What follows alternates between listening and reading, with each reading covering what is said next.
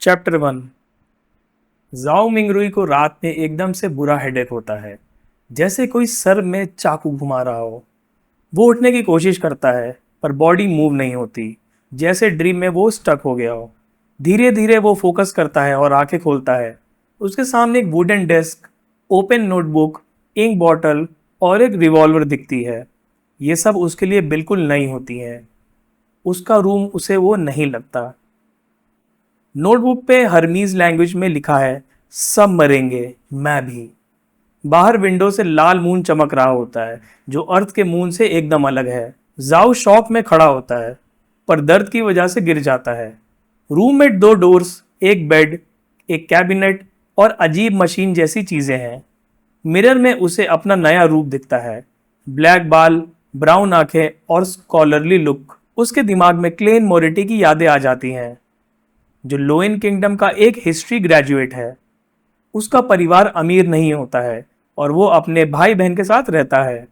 जाओ को लगता है वो ट्रांस माइग्रेट कर गया है, क्योंकि रिवॉल्वर और लाल मून नॉर्मल नहीं है।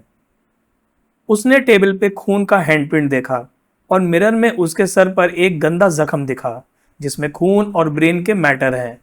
ये सब उसके लिए डर वाला और कंफ्यूजिंग है। चैप्टर 2। जाओ मिंगरुई मिरर में अपना रिफ्लेक्शन देख के डर जाता है। उसके सर पर एक गंदा जख्म है, खून और ब्रेन का मैटर दिखता है, जैसे कोई मरा हुआ हो। पर वो अपना दिल चेक करता है, जो तेजी से धड़क रहा होता है, और उसकी स्किन में गर्मी है। वो खड़ा होता है, स्क्वाट करता है और थोड़ा शांत होता है। फिर वो अपने जख्म को क्लोजली देखता है, पर अंधेरा होने की वजह से क्लियर नहीं दिखता। वो गैस लैम्प जलाने की सोचता है, जो क्लेन के घर के लिए बड़ा डील है, क्योंकि उसका परिवार गरीब होता है। क्लेन के भाई बेंसन ने लैंडलॉर्ड को मनाया था कि गैस पाइप्स लगा ले, और एक सस्ता गैस लैम्प खरीद लाया था। जाओ लैम्प जलाने की कोशिश करता है, पर वो काम नहीं करता। फिर वो गैस मीटर में एक कॉपर पेनी डालता है और गैस लैम्प जल जाता है। रूम में रोशनी फैलती है और लाल मूनलाइट बाहर चली जाती है। मिरर में जाओ देखता है कि जख्म से खून नहीं निकल रहा है और वो धीरे धीरे ठीक हो रहा है, जैसे ट्रांसमाइग्रेशन ने उससे हीलिंग पावर दे दी हो। वो रिलैक्स करता है और सोचता है कि वो जिंदा है। फिर वो अपने फेस और शर्ट के खून के दाग साफ करता है। वो सोचता है कि अगर उसकी बहन मेलिसा सुबह यह देखेगी तो वो डर जाएगी। फिर वो रूम में वापस आता है, डेस्क पे खून का हैंडप्रिंट साफ करता है और नीचे एक बुलेट भी उसे मिलती है। वो रिवॉल्वर चेक करता है और देखता है कि एक कार्ट्रिज खाली है। उसे लगता है कि क्लैन ने खुद को ही गोली मार ली थी, पर इतना कम खून क्यों? शायद ट्रांसमाइग्रेशन की वजह से।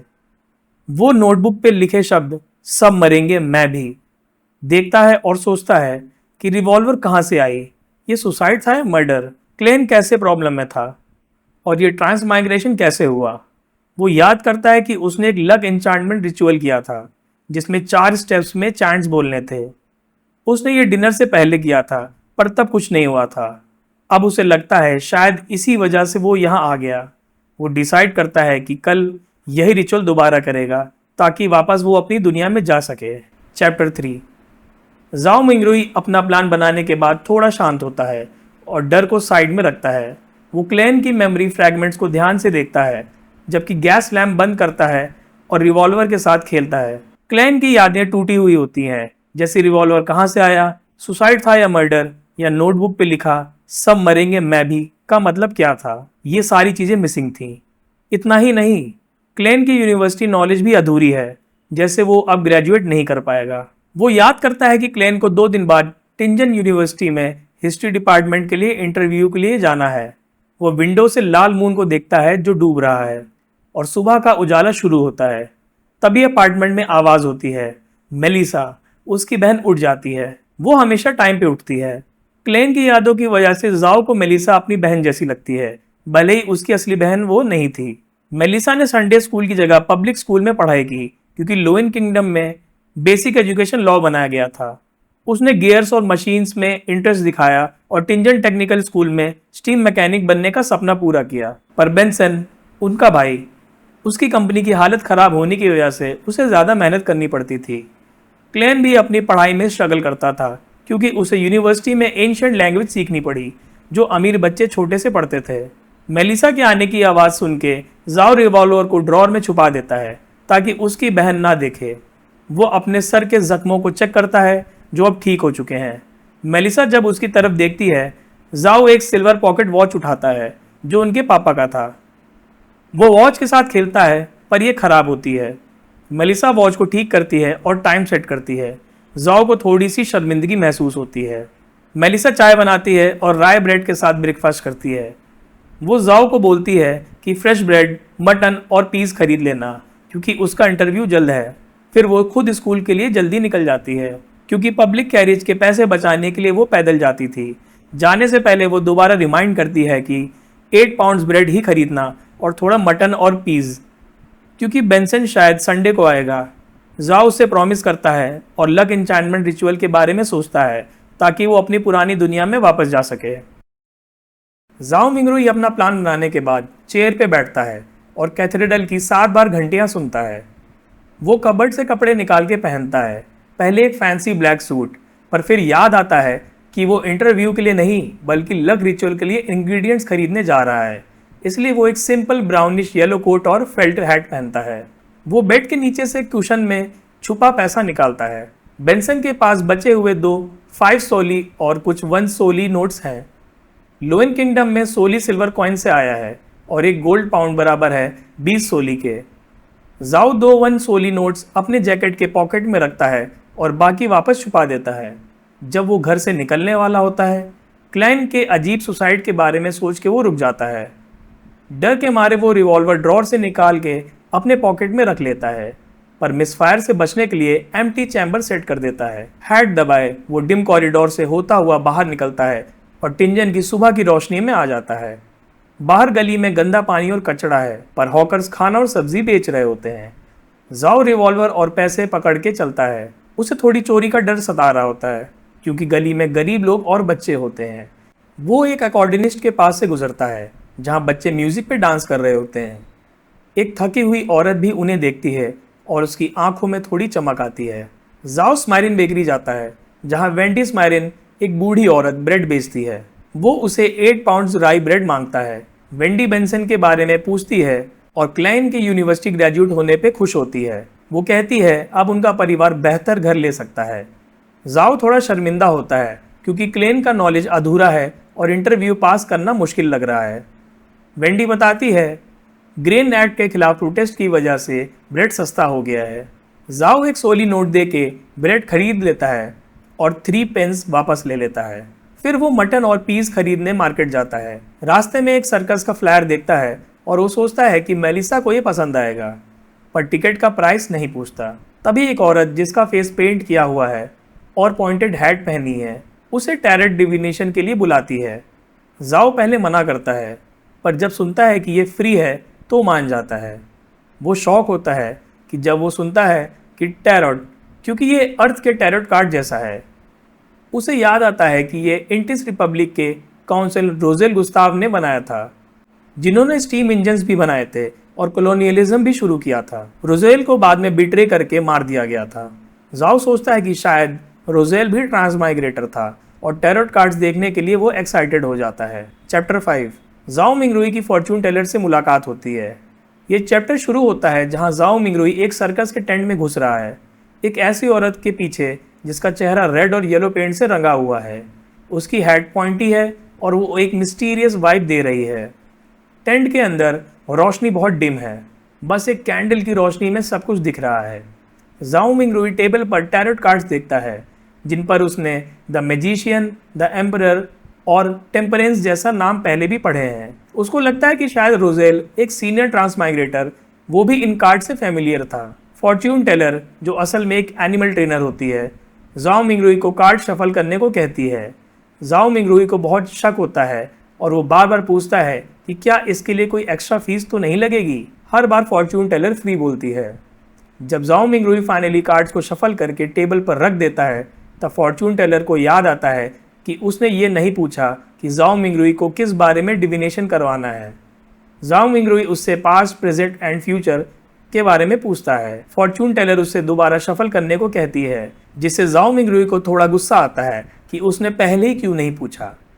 दोबारा शफल करने के बाद फॉर्च्यून टेलर कार्ड्स रखती है, एक लेफ्ट में जो कि पास्ट, एक सीधा सामने जो कि प्रेजेंट और एक राइट में जो कि फ्यूचर। जाओ मिंगरुई डिसाइड करता है कि वो प्रेजेंट कार्ड को पहले देखेगा। फिर जब कार्ड फ्लिप किया जाता है उस पर द फूल लिखा होता है, जो टैरोट कार्ड डेक का 0 कार्ड है। इसका मतलब होता है एक नई शुरुआत और अनंत पॉसिबिलिटीज़।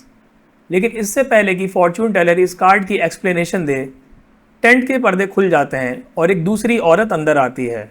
उसने भी सेम कपड़े पहने होते हैं, लेकिन वो असली फॉर्च्यून टेलर होती है। वो एनिमल ट्रेनर को डांटती है कि वो उसका रोल क्यों प्ले कर रही है। असली फॉर्च्यून टेलर जाओ मिंगरुई से उसकी कार्ड इंटरप्रेट करने को कहती है, पर जब वो बोलती है कि इसके लिए पैसे लगेंगे तो जाओ मिंगरुई वहाँ से निकल जाता है। टेंट से बाहर निकलकर जाओ मिंगरुई मार्केट जाता है और थोड़ा मटन, सब्जियाँ और ब्रेड खरीदता है। अपने खर्चे पर दुख जताते हुए वो घर लौट आता है। अब उसका मेन प्लान था लक एनहांसिंग रिचुअल करना, जिससे वो अपने असली वर्ल्ड में वापस जा सके। पहले वो the immortal lord of heaven and earth for blessings जैसे प्रेयर्स को फेसैक और लोएन लैंग्वेजेस में ट्रांसलेट करता है, ताकि अगर उसकी ओरिजिनल लैंग्वेज में रिचुअल काम ना करे तो वो इन लैंग्वेजेस को भी ट्राई कर सके। फिर वो 4 लोव्स ऑफ राई ब्रेड लेता है और उन्हें कमरे के 4 अलग अलग कॉर्नर्स में रख देता है। अब रिचुअल का टाइम है। जाओ मिंगरुई कमरे के बीच में खड़ा होकर अपने आप को काम करता है। फिर वो काउंटर क्लॉकवाइज डायरेक्शन में एक स्क्वायर में चलना शुरू कर देता है। हर एक स्टेप पर वो अलग अलग फ्रेजेस चैंट करता है। पहला, the immortal lord of heaven and earth for blessings. दूसरा, the sky lord of heaven and earth for blessings. तीसरा, the exalted thearch of heaven and earth for blessings. चौथा, the celestial worthy of heaven and earth for blessings. जब वो अपने starting point पर वापस आता है तो जाओ मिंगरुई आंखें बंद करके नतीजे का इंतजार करता है। उसके मन में बहुत सी फीलिंग्स हैं, उम्मीद, डर और शक। अचानक उसे लगता है कि उसके आसपास की हवा रुक गई है और एक मिस्टीरियस लो विस्परिंग साउंड सुनाई देता है। ये आवाज़ उसके दिमाग को बुरा अफेक्ट करती है, जिससे उसका सर बहुत ज़ोर से दर्द करने लग जाता है।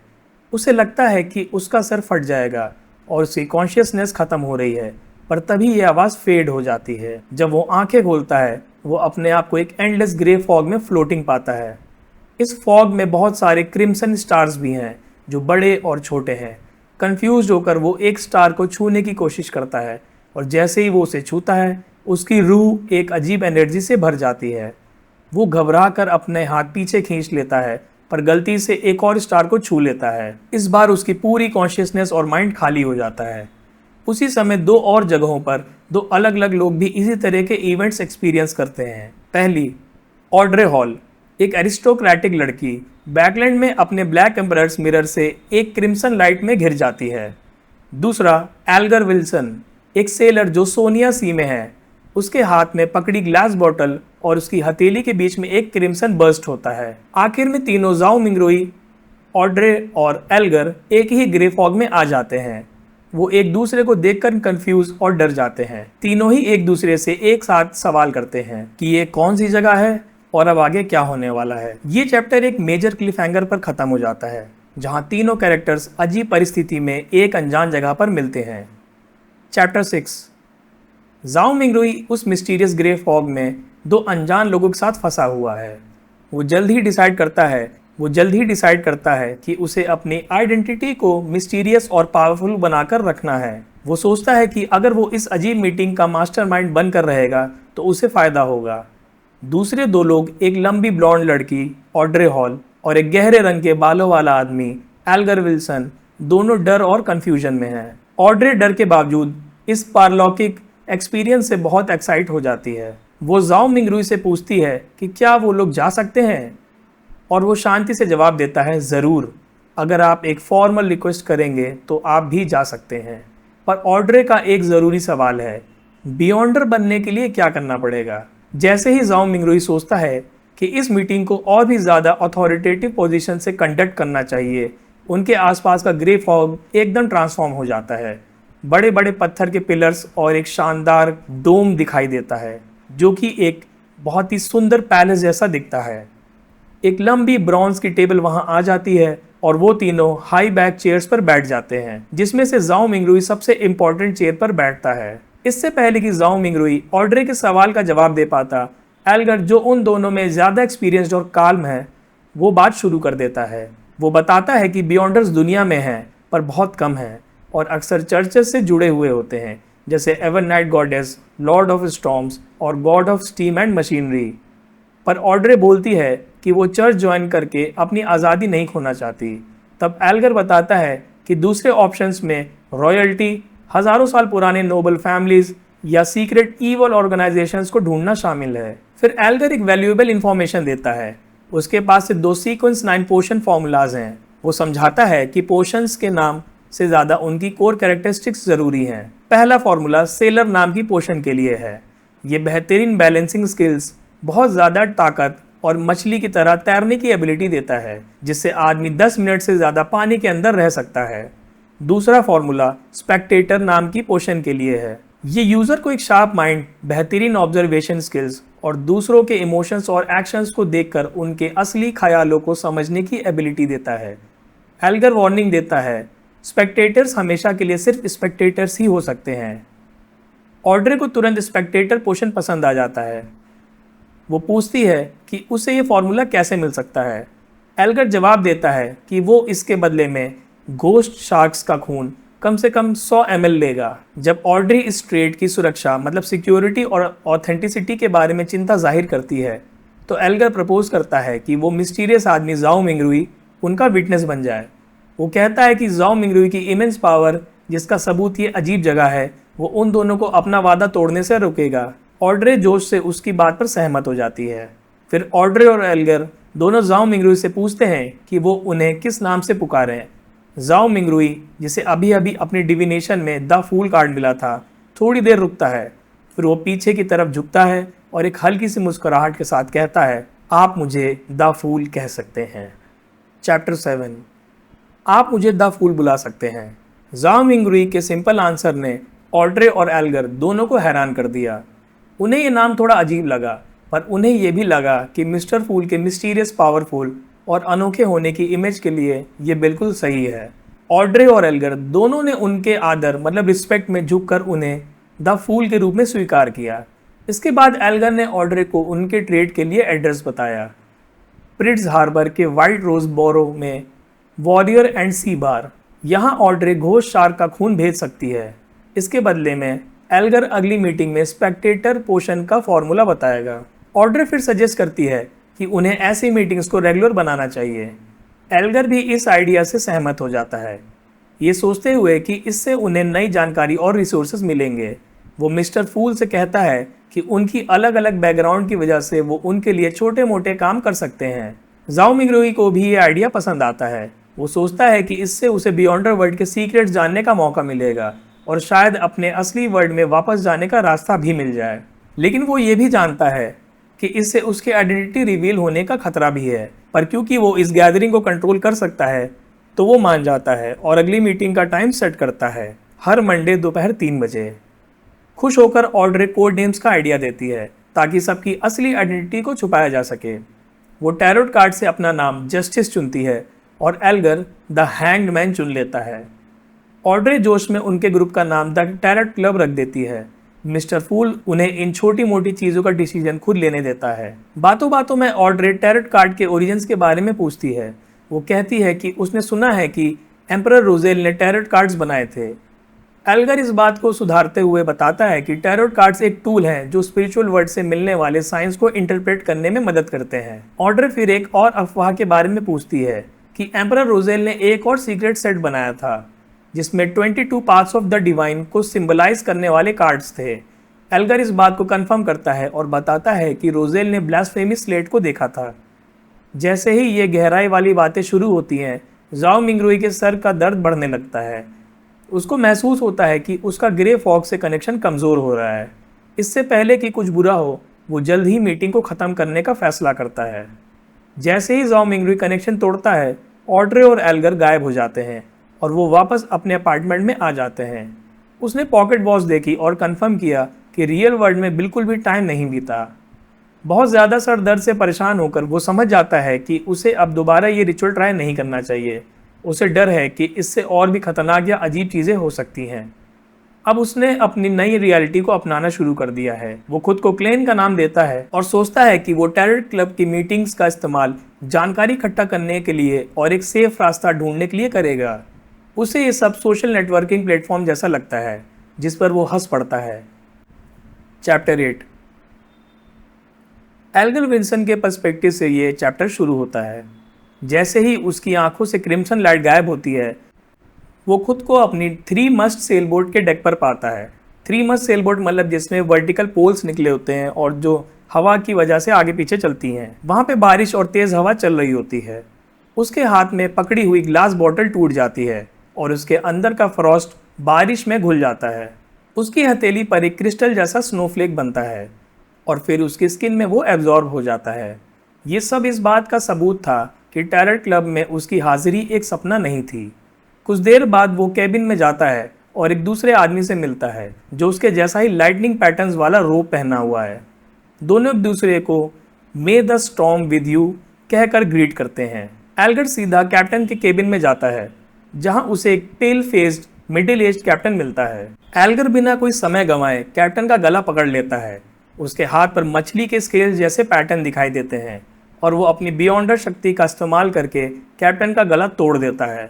फिर वो उस आदमी को केबिन से बाहर समुंदर में फेंक देता है। जब उसका साथी वहां आता है तो एल्गर झूठ बोल देता है कि कैप्टन भाग गया है।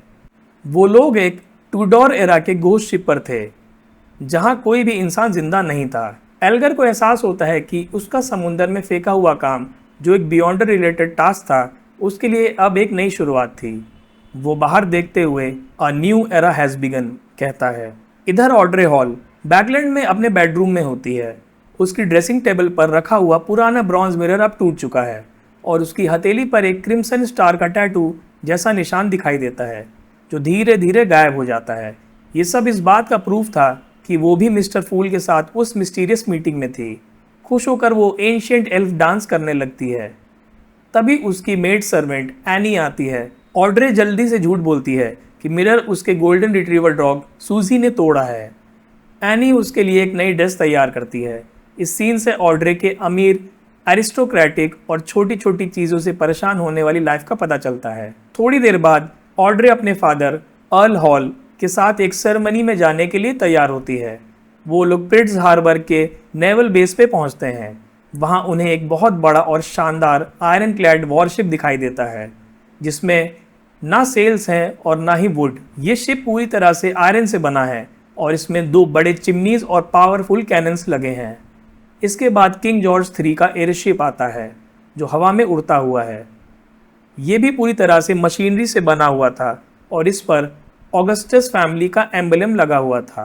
प्राइम मिनिस्टर लॉर्ड एग्युस्विड नेगन इस नए वॉरशिप की शक्तियों के बारे में बताते हैं, जैसे कि इसके डायमेंशंस, मोटा आर्मर और पावरफुल कैनन्स। वो अनाउंस करते हैं कि इस शिप का नाम द प्रिड्स होगा। शिप की ट्रायल में उसके मेन कैनन्स एक सुनसान आइलैंड पर फायर करते हैं जिससे बहुत ज़ोर से धमाके होते हैं। लॉर्ड एग्युस्विड फिर सबको बताते हैं कि अब पायरेट्स, बियॉन्डर्स और घोस्ट शिप्स का ज़माना ख़त्म हो गया है। अब उनका डूम्सडे आ गया है। भले ही पायरेट्स के पास बियॉन्डर्स जैसी शक्तियाँ हों चाहे घोस्ट शिप्स हों, वो आयरन क्लैड वॉरशिप का सामना नहीं कर पाएंगे। वो कहते हैं कि ऐसी वॉरशिप बनाना पायरेट्स के बस की बात भी नहीं है। इस तरह से एग्युस्विड ऐलान करता है कि कैनन्स और वॉरशिप का नया एरा शुरू हो गया है। चैप्टर 9। आधा घंटा आराम करने के बाद क्लेन, जो कि जाओ मिंगरुई है, फाइनली ठीक हो जाता है। वो देखता है कि उसके हाथ पर 4 काले निशान बने हैं जो एक छोटा स्क्वायर बना रहे हैं। ये निशान जल्दी ही गायब हो जाते हैं, पर क्लेन को पता है कि वो उसकी बॉडी में ही छुपे हुए हैं। वो गेस करता है कि ये निशान रिचुअल के लिए रखे गए 4 बेड लूप्स की वजह से आए हैं। इस नए और अनजान एक्सपीरियंस से क्लेन डर जाता है। वो सोचता है कि उसकी अर्थ की मिस्टिकल डिविनेशंस यहाँ काम कर रही हैं और रिचुअल के दौरान उसे सुनाई दी गई अजीब आवाज़ों ने उसे डराया था। उसको लगता है कि the oldest and strongest fear is the fear of the unknown. इसलिए वो अब इस अनजान दुनिया के बारे में और जानने के लिए उत्सुक है, पर साथ ही वो सब कुछ भूल कर नॉर्मल लाइफ भी जीना चाहता है। थोड़ी देर बाद उसे नींद आ जाती है और वो 3 घंटे के लिए सो जाता है। जब वो उठता है तो उसे बहुत ज़ोर से भूख लगती है। उसके सर में अब भी थोड़ा दर्द है, पर उसकी प्रायोरिटी अब खाना है। उसके पास सिर्फ 5 पेंस हैं, इसलिए वो फ्रूगल रहने का फैसला करता है। फ्रूगल मतलब जितना पैसा हो उतना ही खर्च करने वाला व्यक्ति। वो वहीं 4 ब्रेड के टुकड़े उठाता है जो उसने रिचुअल के लिए रखे थे और उन पर से थोड़ी धूल झाड़ कर खाने लग जाता है। वो कोल स्टोव पर पानी गर्म करता है क्योंकि बिना पानी के वो ड्राई ब्रेड खाना मुश्किल है। अपने भाई बहन के लिए खरीदा हुआ मटन देखकर उसे लालच आता है, पर वो डिसाइड करता है कि वो मेलिसा के साथ ही खाएगा। उसको याद आता है कि उसने कुछ पोटैटोज और पीस भी खरीदे थे। वो 2 आलू उबालता है और नमक डालकर उनका सूप बनाता है। आलू खाने के बाद वो 2 ब्रेड के टुकड़े भी उस सूप में भिगोकर खाता है। इस सादे खाने से क्लेन को बहुत संतुष्टि मिलती है और उसकी भूख शांत होती है। खाना खाने और आराम करने के बाद क्लेन अपना दिमाग लगाता है। वो समझता है कि वो इस बियॉन्डर वर्ल्ड से नहीं भाग सकता। अब उसके पास एक ही तरीका है, अगले मंडे की गैदरिंग का इंतज़ार करना और मिस्टिसिज्म के बारे में जानकारी इकट्ठा करना। इससे पहले वो असल क्लेन की मौत का राज सुलझाना चाहता था। वो डेस्क पर रखी एक नोटबुक उठाता है। ओरिजिनल क्लेन को डायरी लिखने की आदत थी। इस नोटबुक में 10 मई से लेकर 26 जून तक की एंट्रीज हैं। इसमें से एक एंट्री 29 मई की है जो क्लेन का ध्यान खींचती है। उसमें लिखा है कि उसके दोस्त वेल्च को 4th इपॉक की एक नोटबुक मिली है जिसे डिकोड करने के लिए वो क्लेन और नाया की मदद मांग रहा है। 4th इपॉक यानी कि एज ऑफ गॉड्स एक मिस्टीरियस और इनकम्प्लीट हिस्ट्री वाला टाइम था।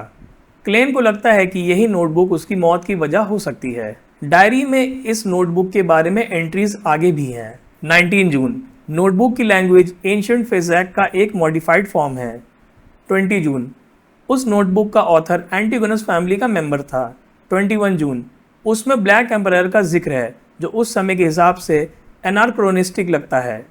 22 जून ऑथर एक इंसान से सीक्रेट ट्रांजैक्शन कर रहा था जिसका नाम टूडोर था। 25 जून एक नई एंट्री में ऑथर को नेशन ऑफ द एवरनाइट जाने का मिशन मिला था जो हॉर्नेसिस माउंटेन रेंज की सबसे ऊंची चोटी पर था। 26 जून आखिरी एंट्री में क्लेन ने बस इतना लिखा है, are these strange things real.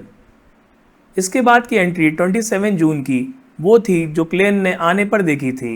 Everyone will die including me, मतलब सब मरेंगे मुझे मिलाकर।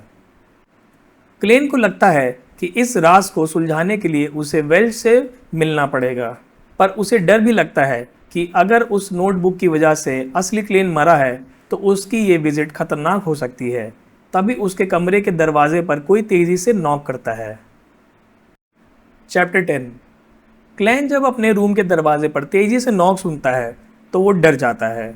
वो तुरंत रिवॉल्वर निकाल लेता है और उसे स्टोव में छुपा देता है ताकि पुलिस को वो ना मिले। बाहर खड़े 4 लोग पुलिस यूनिफॉर्म में थे, जिनमें से एक बिट्स माउंटबेटन था जो उस स्ट्रीट का पुलिसमैन था। उसके साथ 3 और इंस्पेक्टर्स भी थे जो रैंक में उससे बड़े थे। एक मिडिल एज इंस्पेक्टर जिसके चेहरे पर डर पैदा करने वाली शिकन थी क्लेन से पूछता है कि क्या वो वेल्च मैकगोवन को जानता है। क्लेन घबराकर जवाब देता है कि वो उसका क्लासमेट था और उनका रिलेशनशिप काफ़ी अच्छा था। फिर एक ग्रे आइड इंस्पेक्टर जो थोड़ा काम था बताता है कि वेल्च और नाया दोनों मर चुके हैं। क्लेन ये सुनकर चौंक जाता है और उनसे पूछता है कि क्या उनका मर्डर हुआ है। ग्रे आइड इंस्पेक्टर बताता है कि डेथ सीन के हिसाब से उन दोनों ने सुसाइड किया है। वेल्च ने अपना सर दीवार पर मारकर खुदकुशी कर ली और नाया ने एक बेसिन में डूबकर खुदकुशी कर ली थी। सबसे अजीब बात यह है कि पोस्टमार्टम रिपोर्ट्स में यह सामने आया कि उन्होंने बिना किसी स्ट्रगल के ऐसा कर लिया। पुलिस क्लेन से उसकी आखिरी मुलाकात के बारे में पूछती है तो वो बताता है कि वो 26 जून को मिले थे और 30 जून के इंटरव्यू की तैयारी करने के लिए घर वापस आ गया था। उसी वक्त एक यंग इंस्पेक्टर उसकी डेस्क पर रखी डायरी को उठा लेता है और उसमें से वो सेंटेंस पढ़ता है, everyone will die including me. Police के सामने खुद को बचाने के लिए क्लेन झूठ बोलता है कि उसको एमनीजिया हो गया है। वो कहता है कि उसे कुछ भी याद नहीं है कि उसने ये सेंटेंस कब और क्यों लिखा। माउंटबेटन उसके इस झूठ पर गुस्सा हो जाता है, पर ग्रे आइड इंस्पेक्टर उसकी बात पर विश्वास कर लेता है। ग्रे आइड इंस्पेक्टर क्लेन को बताता है कि 2 दिन में एक एक्सपर्ट आएगी जो उसकी खोई हुई याददाश्त वापस लाने में मदद करेगी। वो क्लेन को चेतावनी भी देता है कि वो अगले कुछ दिनों तक टिंजन से बाहर ना जाए। क्लेन उनकी बातों पर मान जाता है। जब इंस्पेक्टर्स वहाँ से जा रहे होते हैं तब यंग इंस्पेक्टर क्लेन के कंधे पर हाथ रखकर कहता है कि वो बहुत लकी है। क्लेन जब कन्फ्यूजन में पूछता है तो इंस्पेक्टर कहता है कि the norm is for everyone to die in such an event, मतलब सभी के मरने के चांसेस यहाँ पे बराबर हैं। ये सुनकर क्लैन को ऐसी घटनाओं की भयानकता का एहसास होता है और वो डर से कांप जाता है। चैप्टर 11। पुलिस के जाने के बाद क्लैन को अजीब लगता है कि उन्होंने उसे, जो एक इम्पॉर्टेंट विटनेस हो सकता था, उसको कोई प्रोटेक्शन नहीं दी। उसे लगता है कि शायद पुलिस उसको टेस्ट कर रही थी या उस पर चुपके से नज़र रख रही थी, इसलिए वो दरवाजे पर जाकर जानबूझकर डरते हुए एक्टिंग करता है। पुलिस को आवाज़ लगाता है, ये दिखाने के लिए कि वो डेंजर में है। जब कोई जवाब नहीं आता तो वो वापस अंदर आकर आराम से बैठ जाता है।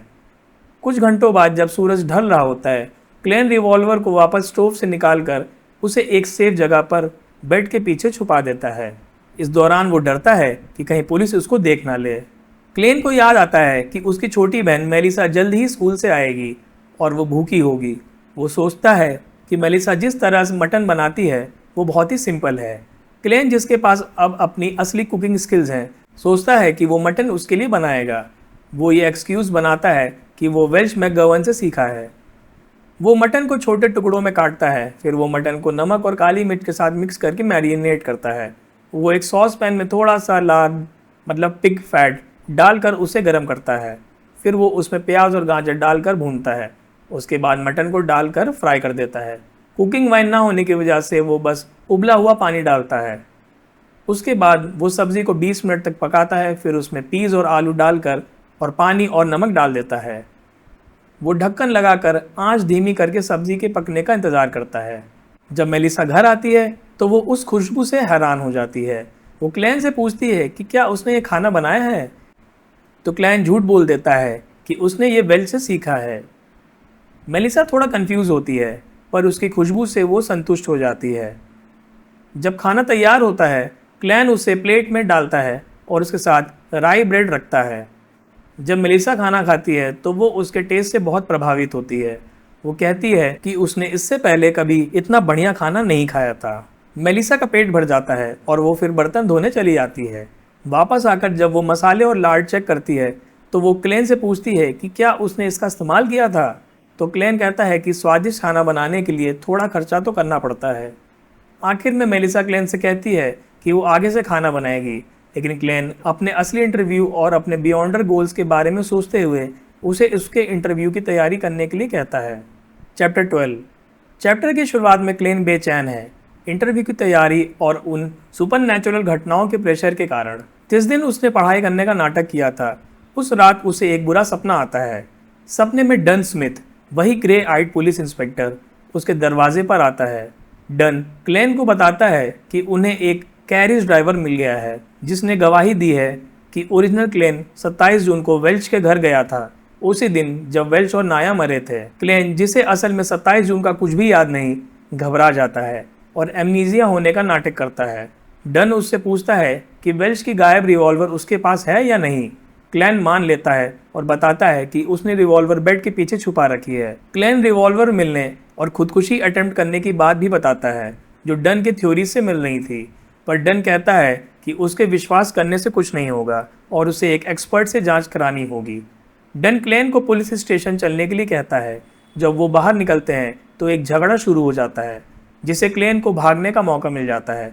वो एक कैरियज लेकर बैकलैंड जाने की कोशिश करता है, जहां वो भीड़ में छुप सके, लेकिन कैरियज ड्राइवर के बोलने के तरीके और रास्ते से क्लैन को पता चलता है कि ये एक जाल है। जब ड्राइवर पीछे मुड़ता है तो वो डन स्मिथ ही होता है। क्लैन घबरा कर उठ बैठता है और रियलाइज़ करता है कि ये सब एक सपना था।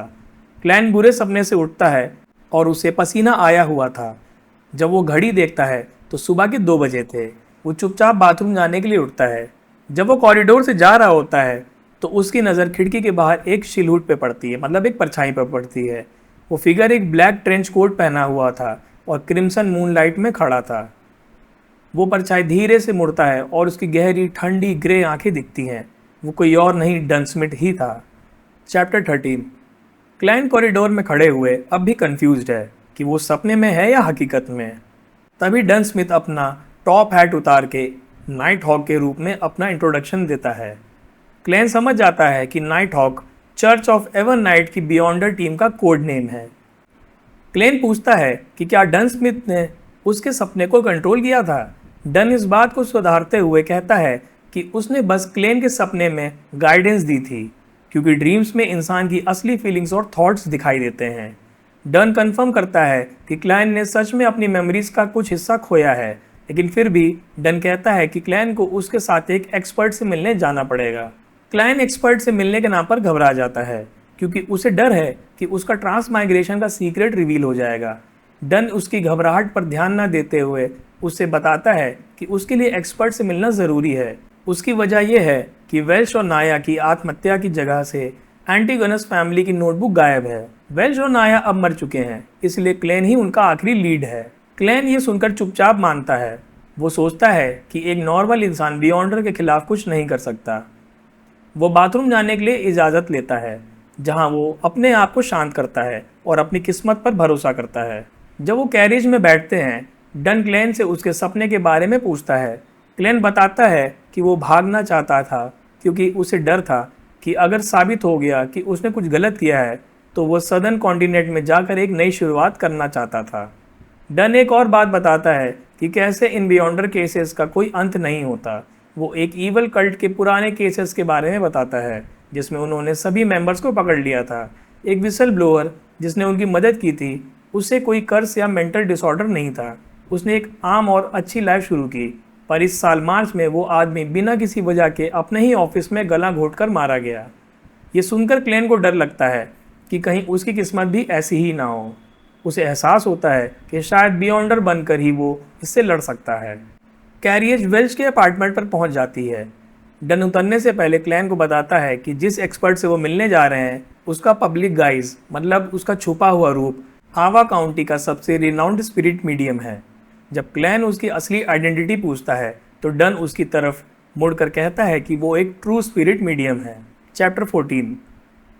क्लेन चुपचाप डन स्मिथ के पीछे पीछे वेल्च के अपार्टमेंट तक पहुंचता है। वो अपार्टमेंट एक डिटैच्ड हाउस है, जिसमें एक गार्डन और लॉन है। वहां पहुंचते ही क्लेन को अजीब सा अनकंफर्टेबल महसूस होता है, जैसे कि बहुत सारे लोग उसे घूर रहे हों। जब वो डन को इस बारे में बताता है तो डन बस उसे कहता है कि उन्हें इग्नोर करे। क्लेन समझ जाता है कि ये सब स्पिरिट्स हैं। अंदर जाकर उन्हें एक लेडी मिलती है जिसका नाम डैली है। वो एक ब्लैक रोब में होती है और उसकी आंखों पर ब्लू आई शैडो है। डन उससे पूछता है कि क्या उसे कोई रिजल्ट्स मिले। डैली बताती है कि वेल्श और नाया की स्पिरिट्स गायब हो चुकी हैं और बाकी स्पिरिट्स को कुछ नहीं पता। डन डैली को क्लैन पर स्पिरिट मीडियम शिप करने को कहता है। डैली, जो कि एक ट्रू मीडियम है, 2 छोटी बॉटल्स निकालती है। वो क्लैन को बताती है कि एक बॉटल में नाइट वनीला, स्लम्बर फ्लावर और कैमोमाइल का एसेंस है। कैमोमाइल एक तरह की हर्ब होती है जिसे वो एमांथा कहती है। इससे क्लैन शांत हो जाता है। दूसरी बॉटल में ड्रैगो और पॉपुलर ट्रीज, मतलब कॉटन वुड का रस है, जिसे वो आई ऑफ द स्पिरिट कहती है। इससे क्लैन का दिमाग एक हेजी स्टेट में चला जाता है, जहां उसे ऐसा लगता है कि वो एक ओशियन में फ्लोट कर रहा है। डैली इस स्टेट का फ़ायदा उठाकर क्लैन से उसके मेमोरीज के बारे में पूछने की कोशिश करती है, लेकिन क्लैन अपने असली कॉन्शियसनेस के साथ वो सब कुछ इग्नोर कर देता है और बस आई कांट रिमेंबर कहता है। जब डैली उसे समझाने की कोशिश करती है तो वो उसकी बातों को नज़रअंदाज कर देता है। आखिर में डैली हार मान लेती है। जब ये सब खत्म हो जाता है, क्लैन को राहत मिलती है। डैली बताती है कि उसने क्लैन में कोई ट्रेसेस नहीं पाए। डन क्लैन को घर जाने को कहता है, लेकिन उससे प्रॉमिस लेता है कि वो इस घटना के बारे में किसी को नहीं बताएगा। क्लैन अपनी पुरानी चिंताओं के बारे में याद करके डन से पूछता है कि वो फ्यूचर में सेफ रहेगा या नहीं। डन स्टैटिस्टिक्स के हिसाब से बताता है कि 80% सर्वाइवर्स ठीक रहते हैं। क्लैन डर जाता है और पूछता है कि बाकी 20% का क्या होता है। डन उसे नाइट हॉक्स के साथ सिविलियन स्टाफ के रूप में काम करने का ऑप्शन देता है या फिर बियॉन्डर्स बनने का। क्लैन हैरान हो जाता है कि बियॉन्डर बनना इतना आसान है। डन बताता है कि नाइट हॉक्स का मेंबर बनना आसान नहीं है और हर साल 1/4 बियॉन्डर्स कंट्रोल खो देते हैं और उनमें से बहुत सारे नाइट हॉक्स के टीम मेंबर्स होते हैं। चैप्टर 15। क्लेन डन स्मिथ की बात सुनकर चौंक जाता है कि बियॉन्डर्स की लाइफ में भी खतरे होते हैं। डन उसे बताता है कि ये सब बातें तब तक नहीं समझ में आएंगी जब तक वो खुद उनकी टीम का हिस्सा ना बन जाए। क्लैन सवाल उठाता है कि वो नाइट हॉक्स को ज्वाइन करने का डिसीजन कैसे लेगा अगर उसे उन सीक्रेट्स का पता ही नहीं चलेगा। डन उसे समझाता है कि वो सिविलियन स्टाफ बनकर भी टीम का हिस्सा बन सकता है, जिससे उसे सीक्रेट्स का पता चल जाएगा और फिर वो बियॉन्डर बनने का फैसला ले सकता है। डन स्मिथ उसे नाइट हॉक सिविलियन स्टाफ बनने के लिए कन्विंस करता है। वो 2 वजह बताता है। पहली, क्लैन का लकी होना और ऐसी सिचुएशन से बाहर निकलना, और दूसरी, उसका खो यूनिवर्सिटी से हिस्ट्री ग्रेजुएट होना, जो नाइट हॉक्स के लिए बहुत ज़रूरी है क्योंकि उनके पास फोर्थ इपॉक या उससे भी पुराने डॉक्यूमेंट्स आते रहते हैं जिसे डिसाइफर मतलब उसको डिकोड करने के लिए हिस्ट्री एक्सपर्ट्स की ज़रूरत पड़ती है। डन एक और पॉइंट बताता है कि उन्होंने उसे इसलिए इनवाइट किया है क्योंकि वो पहले ही इस इंसिडेंट का हिस्सा बन चुका है, इसीलिए जो सीक्रेट इन्फॉर्मेशन है मतलब जो कॉन्फिडेंशियल इन्फॉर्मेशन है उसका कोई वायलेशन नहीं होगा। क्लाइंट डन से पूछता है कि वो लोग इतनी कॉन्फिडेंशियलिटी क्यों रखते हैं। डन कहता है कि आम इंसान की बेवकूफ़ी ऐसी घटनाओं को और भी ज़्यादा सीरियस बना सकती हैं। डन एक फिलोसॉफिकल पॉइंट बताता है कि faith and fear bring troubles, more faith and more fear bring more troubles until everything is destroyed. Clan ये सुनकर डर जाता है। जब वो आयरन क्रॉस स्ट्रीट के करीब पहुंचते हैं, डन फॉर्मल तरीके से क्लैन को सिविलियन स्टाफ बनने का ऑफर देता है। क्लैन थोड़ा वक्त मांगता है सोचने के लिए और डन उसे संडे तक जवाब देने के लिए कहता है। क्लैन प्रैक्टिकल सवाल पूछता है कि सिविलियन स्टाफ को कितनी सैलरी और बेनिफिट्स मिलेंगे। डन बताता है कि उनकी वीकली सैलरी 3 पाउंड्स है, जो यूनिवर्सिटी लेक्चरर से भी बेहतर है। कॉन्ट्रैक्ट 5 साल का है और उसके बाद क्लैन छोड़ सकता है, लेकिन उसे lifetime confidentiality agreement sign करना होगा और उसे हमेशा नाइट हॉक्स को अपने लोकेशन के बारे में इन्फॉर्म करते रहना पड़ेगा। उन्हें वीकेंड्स नहीं मिलते और शिफ्ट्स में काम करना पड़ता है। जब वो क्लैन के घर के पास पहुंचते हैं, क्लैन पूछता है कि वो डन को अपना डिसीजन कैसे बताएगा। डन उसे बेसिक स्ट्रीट पर हाउंड पब में रिट नाम के बॉस से मिलने को कहता है और एक मिशन के लिए स्मॉल मर्सिनरी स्क्वाड हायर करने के लिए कहता है। वो बताता है कि उनका लोकेशन कॉन्फिडेंशियल है और इससे पहले वो उसे डायरेक्टली नहीं बताएंगे। क्लेन घड़ी देखता है तो सुबह के 4 बजे हैं। उसे ठंडी हवा लगती है और उससे रियलाइज़ होता है कि उसकी शर्ट पसीने से भीगी हुई है। चैप्टर 16 मीडियम के साथ वाली मीटिंग से बचने के बाद क्लैन को काफ़ी सुकून मिलता है। सुबह 4 बजे वो घर पहुंचता है। उसने सोचा था कि वो अकेले होगा, पर उसकी बहन मेलिसा को घर पर नहीं मिलता तो वो उसके इंतज़ार में उठ जाती है। मेलिसा क्लैन से गुस्से में पूछती है कि वो इतनी रात को कहाँ गया था। क्लैन झूठ बोलता है कि वो भागते हुए एक्सरसाइज करने गया था क्योंकि वो इंटरव्यू के स्ट्रेस के कारण सो नहीं पाया था। मेलिसा उसकी बात पर विश्वास कर लेती है और उसे इंटरव्यू की चिंता ना करने की सलाह देती है। मेलिसा क्लैन को एक टॉर्टॉइस जैसा खिलौना दिखाती है जिसमें गियर्स और स्प्रिंग्स लगे थे, जिसे उसने खुद बनाया था। वो कहती है कि इससे उसका स्ट्रेस कम होता है। क्लैन उसकी तारीफ करता है और उसके इन्वेंशन से प्रभावित होता है, पर जब वो उसे टॉर्टॉइस कहता है तो मेलिसा उसे सुधारती है और कहती है कि वो एक पपेट है। क्लैन उस रात का खाना ज़्यादा खाने के कारण मेलिसा के पेट में हो रही आवाज़ सुनता है और वो हंस देता है। उसके बाद वो अकेले बैठकर नाइट हॉक सिविलियन स्टाफ बनने या ना बनने के बारे में सोचने लगता है। वो इस ऑफ़र के प्रोज और कॉन्स मतलब फ़ायदे और नुकसान दोनों को कंपेयर करता है। उसको डर है कि उसके बियॉन्डर्स पावर्स और सीक्रेट्स एक्सपोज हो जाएंगे, पर वो ये भी सोचता है कि ये नाइट हॉक्स के साथ काम करके वो बियॉन्डर्स के बारे में और जान सकता है और ख़ुद को उन खतरों से बचा भी सकता है।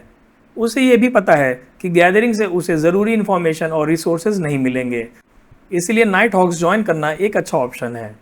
सुबह की पहली किरण के साथ क्लैन डिसाइड करता है कि वो नाइट हॉक सिविलियन स्टाफ बनेगा। मेलिसा जब उसे देखती है तो वो हैरान हो जाती है और उसे अपने भाई की इस आदत पर गर्व होता है। 2 दिन बाद क्लैन नहा धोकर और अच्छे से कपड़े पहनकर बेसिक स्ट्रीट जाने के लिए पब्लिक हॉर्स कैरियज लेता है। वो शैम्पेन स्ट्रीट पर उतरता है और वहाँ से पैदल बेसिक स्ट्रीट पहुँचता है। वहाँ उसे एक पब दिखता है जिसके बाहर एक ब्राउन येलो हाउंड का लोगो लगा हुआ था। पब के अंदर बहुत शोर शराबा हो रहा था। पब के बीच में 2 बड़े लोहे के पिंजड़े रखे हुए थे जिसके अंदर 2 कुत्ते बंधे थे। लोग इन पिंजड़ों के अराउंड खड़े होकर चिल्लाते हुए दिख रहे थे। एक छोटा आदमी क्लैन से पूछता है कि क्या वो बैटिंग करना चाहेगा। क्लैन सोचता है कि शायद ये डॉग फाइटिंग है, पर वो आदमी बताता है कि ये एक सिविलाइज्ड गेम है और वो रैट बेटिंग विद डॉग्स कर रहे हैं। वो पिंजड़ों में कई 100 चूहे डालते हैं और कुत्ते छोड़ देते हैं। लोग इस बात पर बेट लगाते हैं कि कौन सा कुत्ता ज़्यादा चूहे मारता है। क्लैन इन सब चीज़ों से बेजार होकर बार के पास जाता है और मिस्टर रिट से मिलने के लिए पूछता है। बारटेंडर पहले तो उसकी बात का मजाक उड़ाता है, पर जब क्लेन बताता है कि उसे डन स्मिथ ने भेजा है तो रिट सीरियस हो जाता है। रिट क्लेन को बताता है कि वो स्मॉल मर्सिनरी स्क्वाड अब एक नई नाम से जानी जाती है और वो 36 जाउटलैंड स्ट्रीट पर ब्लैकथॉर्न सिक्योरिटी कंपनी में है। क्लेन उसे थैंक यू कहकर वहां से निकलता है और ब्लैकथॉर्न सिक्योरिटी कंपनी का बोर्ड देखकर अंदर चला जाता है। चैप्टर 17। क्लाइंट डन स्मिथ के इंस्ट्रक्शंस के अनुसार ब्लैकथॉर्न सिक्योरिटी कंपनी के ऑफिस पहुंचता है। वो अंदर जाकर देखता है कि वहां कोई काम नहीं हो रहा है और एक ब्राउन हेयर्ड लड़की रोज़ैन सो रही है। जब वो उसे डन स्मिथ के बारे में बताता है तो उसे बताती है कि कैप्टन डन इस समय चाइनीज गेट पर ड्यूटी कर रहे हैं और वो क्लेन को वहां पर ले जाती है। रोज़ैन क्लेन को बिल्डिंग के अंदर ले जाती है जहां एक सीढ़ी नीचे की तरफ जा रही है। वहां एक और ऑफिसर जिसका नाम लियोनार्ड है क्लेन को ग्रीट करता है। रास्ते में रोज़ैन बताती है कि वो 5 साल से नाइट हॉक्स में है और वो बियॉन्डर्स नहीं है। क्लेन समझ जाता है कि नाइट हॉक्स का हेडक्वार्टर्स उसके घर के पास ही है। नीचे जाते हुए क्लेन को चर्च ऑफ एवर नाइट का सिंबल डार्क सेक्रेड एम्बलम दिखता है और उसे शांति महसूस होती है। रोज़ैन बताती है कि लेफ्ट साइड की सीढ़ी सेंट सेलेना कैथेड्रल की तरफ जाती है और सामने चाइनीज गेट है जहां डन स्मिथ ड्यूटी पर है। क्लेन सेंट सेलेना कैथेड्रल का नाम सुनकर हैरान हो जाता है। रोज़ैन क्लेन को उसके बारे में और बताती है। क्लेन डन स्मिथ के ऑफिस में पहुंचता है और उससे कंफर्म करता है कि वो नाइट हॉक सिविलियन स्टाफ बनने के लिए तैयार है। डन उसे एक कॉन्ट्रैक्ट साइन करने के लिए कहता है। कॉन्ट्रैक्ट में वही सारी बातें लिखी होती हैं जो डन ने क्लेन को पहले ही बता दी थी। क्लेन कॉन्ट्रैक्ट पर साइन कर देता है और डन उसे वेलकम करता है। डन उसे बताता है कि ब्लैकथॉर्न सिक्योरिटी कंपनी एक कवर है और उनका असली नाम 7th unit special operations department आवा काउंटी पुलिस है।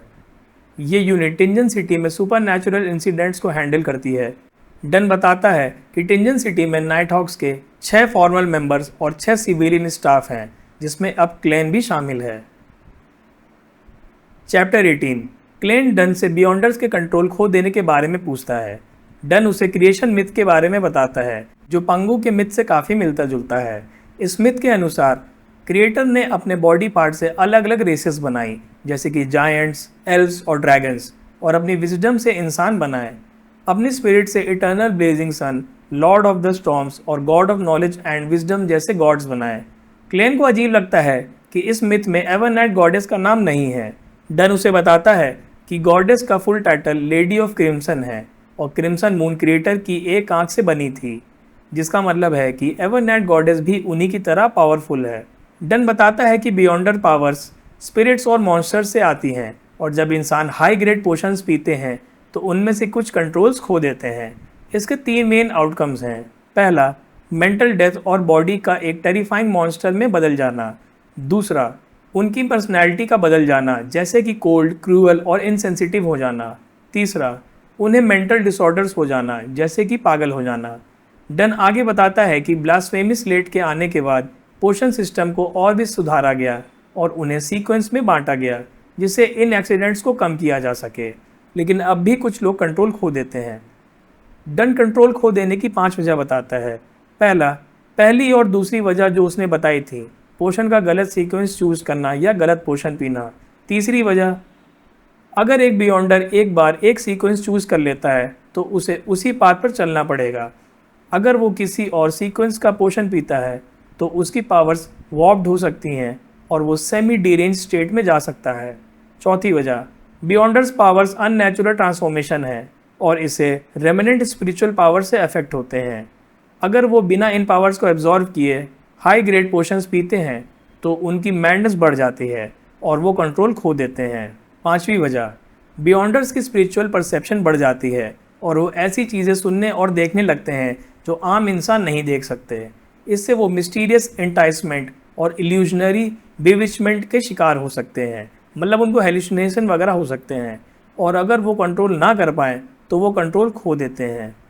डन आखिर में कहता है कि नाइट हॉक्स के फाउंडर आर्क बिशप चैनिस ने एक बार कहा था, we are guardians but also a bunch of miserable wretches that are constantly fighting against threats and madness. Chapter 19। Klein Dunn Smith की बातों से हैरान है। डन उसे बताता है कि बियॉन्डर्स, खासकर लो सीक्वेंस बियॉन्डर्स, इतने पावरफुल नहीं होते जितना वो सोचते हैं।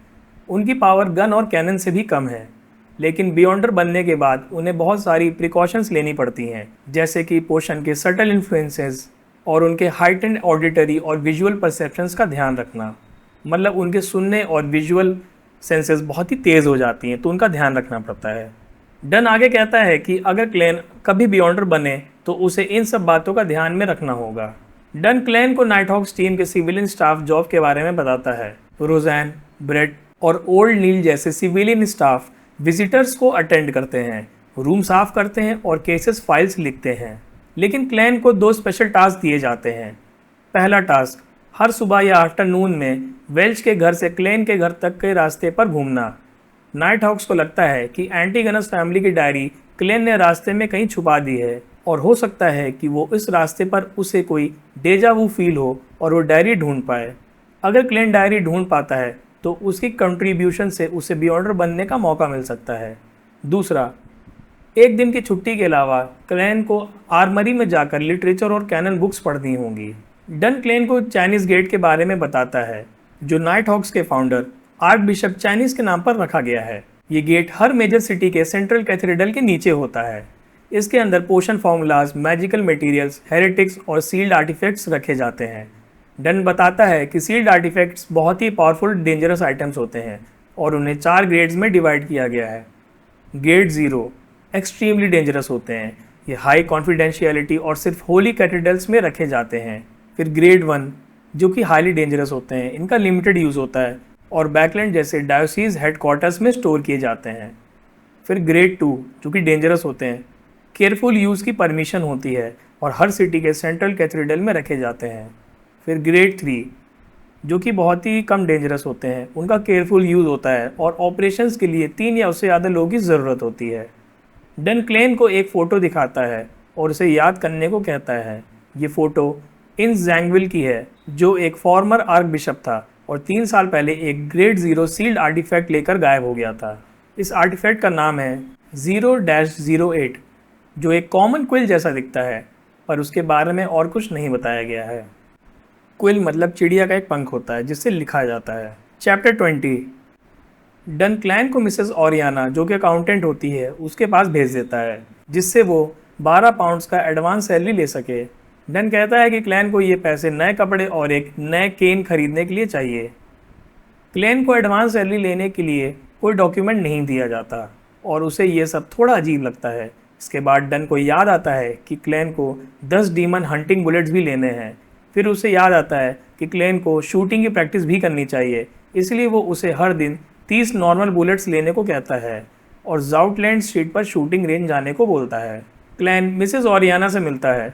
मिसेस ओरियाना एक रिफाइंड और एलिगेंट लेडी हैं और वो बताती हैं कि उसने भी एक पैरानॉर्मल इंसिडेंट झेला था।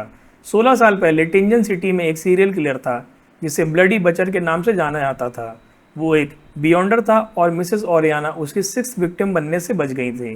क्लैन मिस्टर नील के ऑफिस में जाता है, जो एक होरे एल्डर हैं। होरे मतलब जिसके बाल सफ़ेद हो गए हो, एजेड हो, और वो बुक्स पढ़ते रहते हैं। नील क्लैन को बताता है कि उसे एम्परर रोज़ेल गुस्ताव की खोई हुई डायरी डिसाइफर करनी है। वो बताता है कि इस डायरी में कुछ अजीब सिंबल्स हैं जो उसने इन्वेंट किए थे और उसने कुछ सिंबल्स को डिसाइफर कर लिया है जो नंबर्स हैं। वो क्लैन को उन सिंबल्स को डिसाइफर करने में मदद करने को कहता है। क्लैन जब डायरी को देखता है तो वो हैरान हो जाता है क्योंकि वो सिंबल सिंप्लीफाइड चाइनीज़ में लिखे थे। इससे वो समझ जाता है कि एम्परर रोज़ेल भी उसी की तरह एक ट्रांसमाइग्रेटर था। चैप्टर 21। क्लैन ओल्ड नील के पास एम्परर रोज़ेल की डायरी के पेजेस देखता है और रियलाइज़ करता है कि वो सिंप्लीफाइड चाइनीज़ में लिखे हैं। इससे उसे पता चलता है कि एम्परर रोज़ेल भी उसी की तरह एक ट्रांसमाइग्रेटर था। क्लैन उन पेजेस को पढ़ता है जिसमें रोज़ेल ने अपनी लाइफ के कुछ मूवमेंट्स और अपनी इन्वेंशन के बारे में लिखा है। रोज़ेल ने डायरी में पोशंस के बारे में लिखा है कि उनको ग्रास्प नहीं डाइजेस्ट करना चाहिए। इससे क्लैन को बियॉन्डर बनने का एक सॉल्यूशन मिल जाता है। क्लैन को रोज़ेल की डायरी में काफ़ी सारे सवाल मिलते हैं, जैसे कि 42nd लैंड ऑफ गॉड कहाँ है और डाइजेस्टिंग और एक्टिंग का क्या मतलब है। क्लैन ओल्ड नील से पूछता है कि क्या डायरी के और पेजेस हैं। ओल्ड नील कहता है कि बहुत कम इंसिडेंट्स में बियॉन्डर्स और मिस्ट्री शामिल होते हैं और इस वजह से उस तरह के डॉक्यूमेंट्स भी कम मिलते हैं। नील बताता है कि ड्रैगन्स, जायंट्स और एल्फ जैसी स्पीशीज आज सिर्फ बुक्स में ही रिकॉर्ड्स बनकर रह गई हैं। इस पर क्लेन जोक करता है कि dragons and giants protection association बनानी चाहिए। नील उससे एग्री करता है और दोनों मिलकर फैंटास्टिक ऑर्गेनिजम्स प्रोटेक्शन एसोसिएशन का नाम डिसाइड करते हैं। क्लेन नील से अपने रिवॉल्वर के लिए डीमन हंटिंग बुलेट्स और नॉर्मल बुलेट्स लेता है। नील उसे एक oxhide underarm holster और पुलिस बैज भी देता है। क्लेन वापस जाते समय लियोनार्ड मिशेल से मिलता है, जो एक पोएट जैसा नाइट हॉक है और सीक्वेंस 8 मिडनाइट पोएट है। लियोनार्ड क्लेन से कहता है कि वो उसे उसकी स्पेशल डिस्पोजिशन की वजह से याद रखता है। चैप्टर 22। क्लेन रोज़ैन से मिलता है, जो उसे बताती है कि कैप्टन डन स्मिथ ने उसे मंडे से आने को कहा है ताकि वो संडे तक अपना पर्सनल काम सेटल कर सके। क्लेन रोज़ैन के चर्च के कंप्लीट सीक्वेंस के स्टार्टिंग पॉइंट के बारे में पूछता है। रोज़ैन उसे बताती है कि नाइट हॉक्स में सिविलियन स्टाफ बनना ज़्यादा सेफ है और बियॉन्डर बनना बहुत डेंजरस होता है।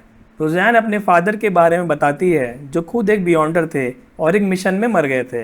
रोज़ैन बताती है कि चर्च ऑफ एवरनाइट गॉडेस का स्टार्टिंग सीक्वेंस है सीक्वेंस 9 स्लीपलेस। स्लीपलेस वो लोग होते हैं जिन्हें रात में सोने की ज़रूरत नहीं होती।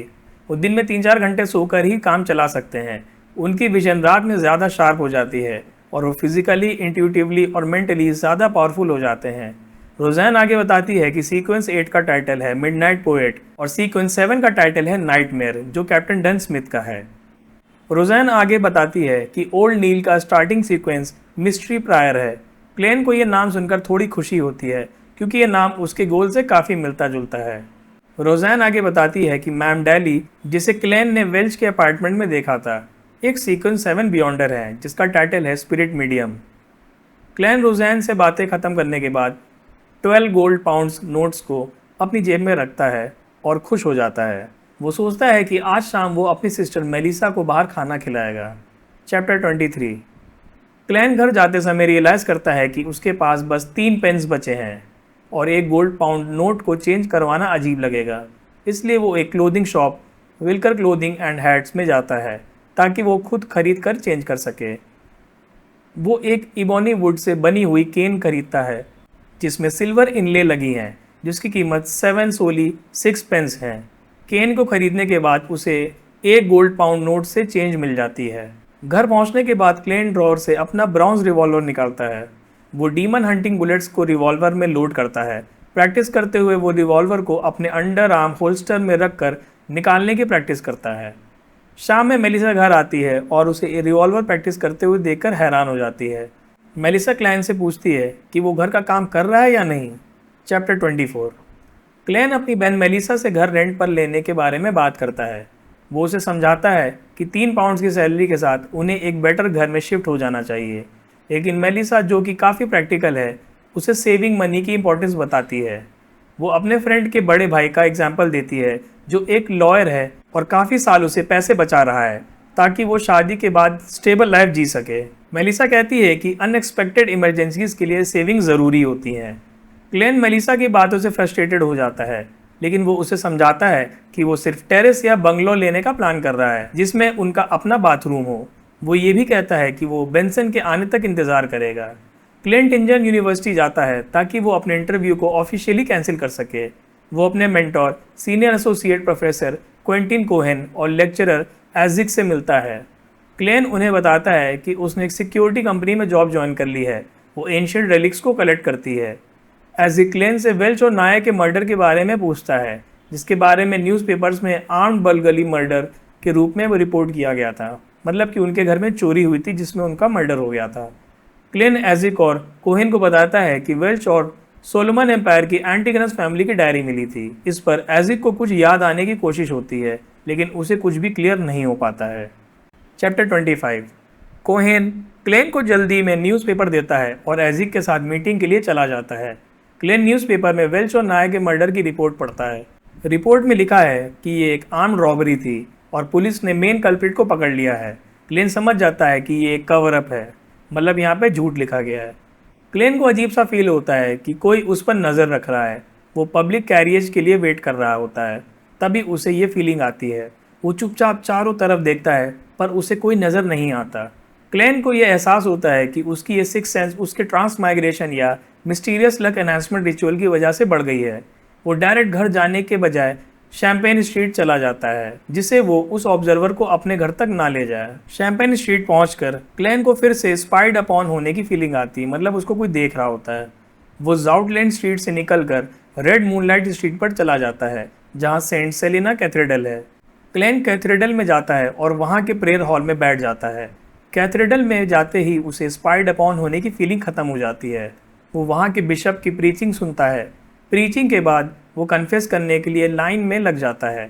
कन्फेशन बूथ में वो बिशप को अपना नाइट हॉक्स बैज दिखाता है और उसे डन स्मिथ से मिलने को कहता है। बिशप उसे सीक्रेट डोर के थ्रू आगे जाने को कहता है, जहाँ एक प्रीस्ट उसे डन स्मिथ के पास ले जाएगा। क्लेन प्रीस्ट के साथ चलकर नाइट हॉक्स के हिडन बेस में पहुँच जाता है। Chapter 26। Klein Saint Selena cathedral के सीक्रेट पैसेज से वापस ब्लैकथॉर्न सिक्योरिटी कंपनी जाता है और कैप्टन डन स्मिथ से मिलता है। क्लेन डन को बताता है कि उसे लग रहा है कि कोई उसका पीछा कर रहा है। डन क्लेन को सजेस्ट करता है कि ये वेल्च के फादर द्वारा हायर किए गए प्राइवेट इन्वेस्टिगेटर हो सकते हैं, या फिर कोई और पार्टी भी हो सकती है जो एंटीगनस फैमिली की डायरी ढूंढ रही है। डन क्लेन को कहता है कि वो वापस उसी तरह जैसे आया था और फिर वो जो भी करना चाहे वो कर सकता है, बस शर्त यह है कि वो उन्हें डराए ना और कानून का उल्लंघन ना करे। क्लेन कैथेड्रल से बाहर निकलता है और उसे फिर से स्पाइड अपॉन होने की फीलिंग आती है, लेकिन इस बार वो शांत रहता है क्योंकि उसे लगता है कि ये प्राइवेट इन्वेस्टिगेटर नहीं है, क्योंकि अगर वो प्राइवेट इन्वेस्टिगेटर होता तो वो उसके साथ कैथेड्रल के अंदर भी जा सकता था, पर वो ऐसा नहीं करता। इससे क्लेन को यकीन हो जाता है कि ये इंसान चर्च से डरता है। अपनी सेफ्टी को ध्यान में रखते हुए क्लेन जूटलैंड शूटिंग क्लब जाता है। वहाँ वो 30 नॉर्मल राउंड्स और 5 एक्स्ट्रा राउंड से शूटिंग प्रैक्टिस करता है।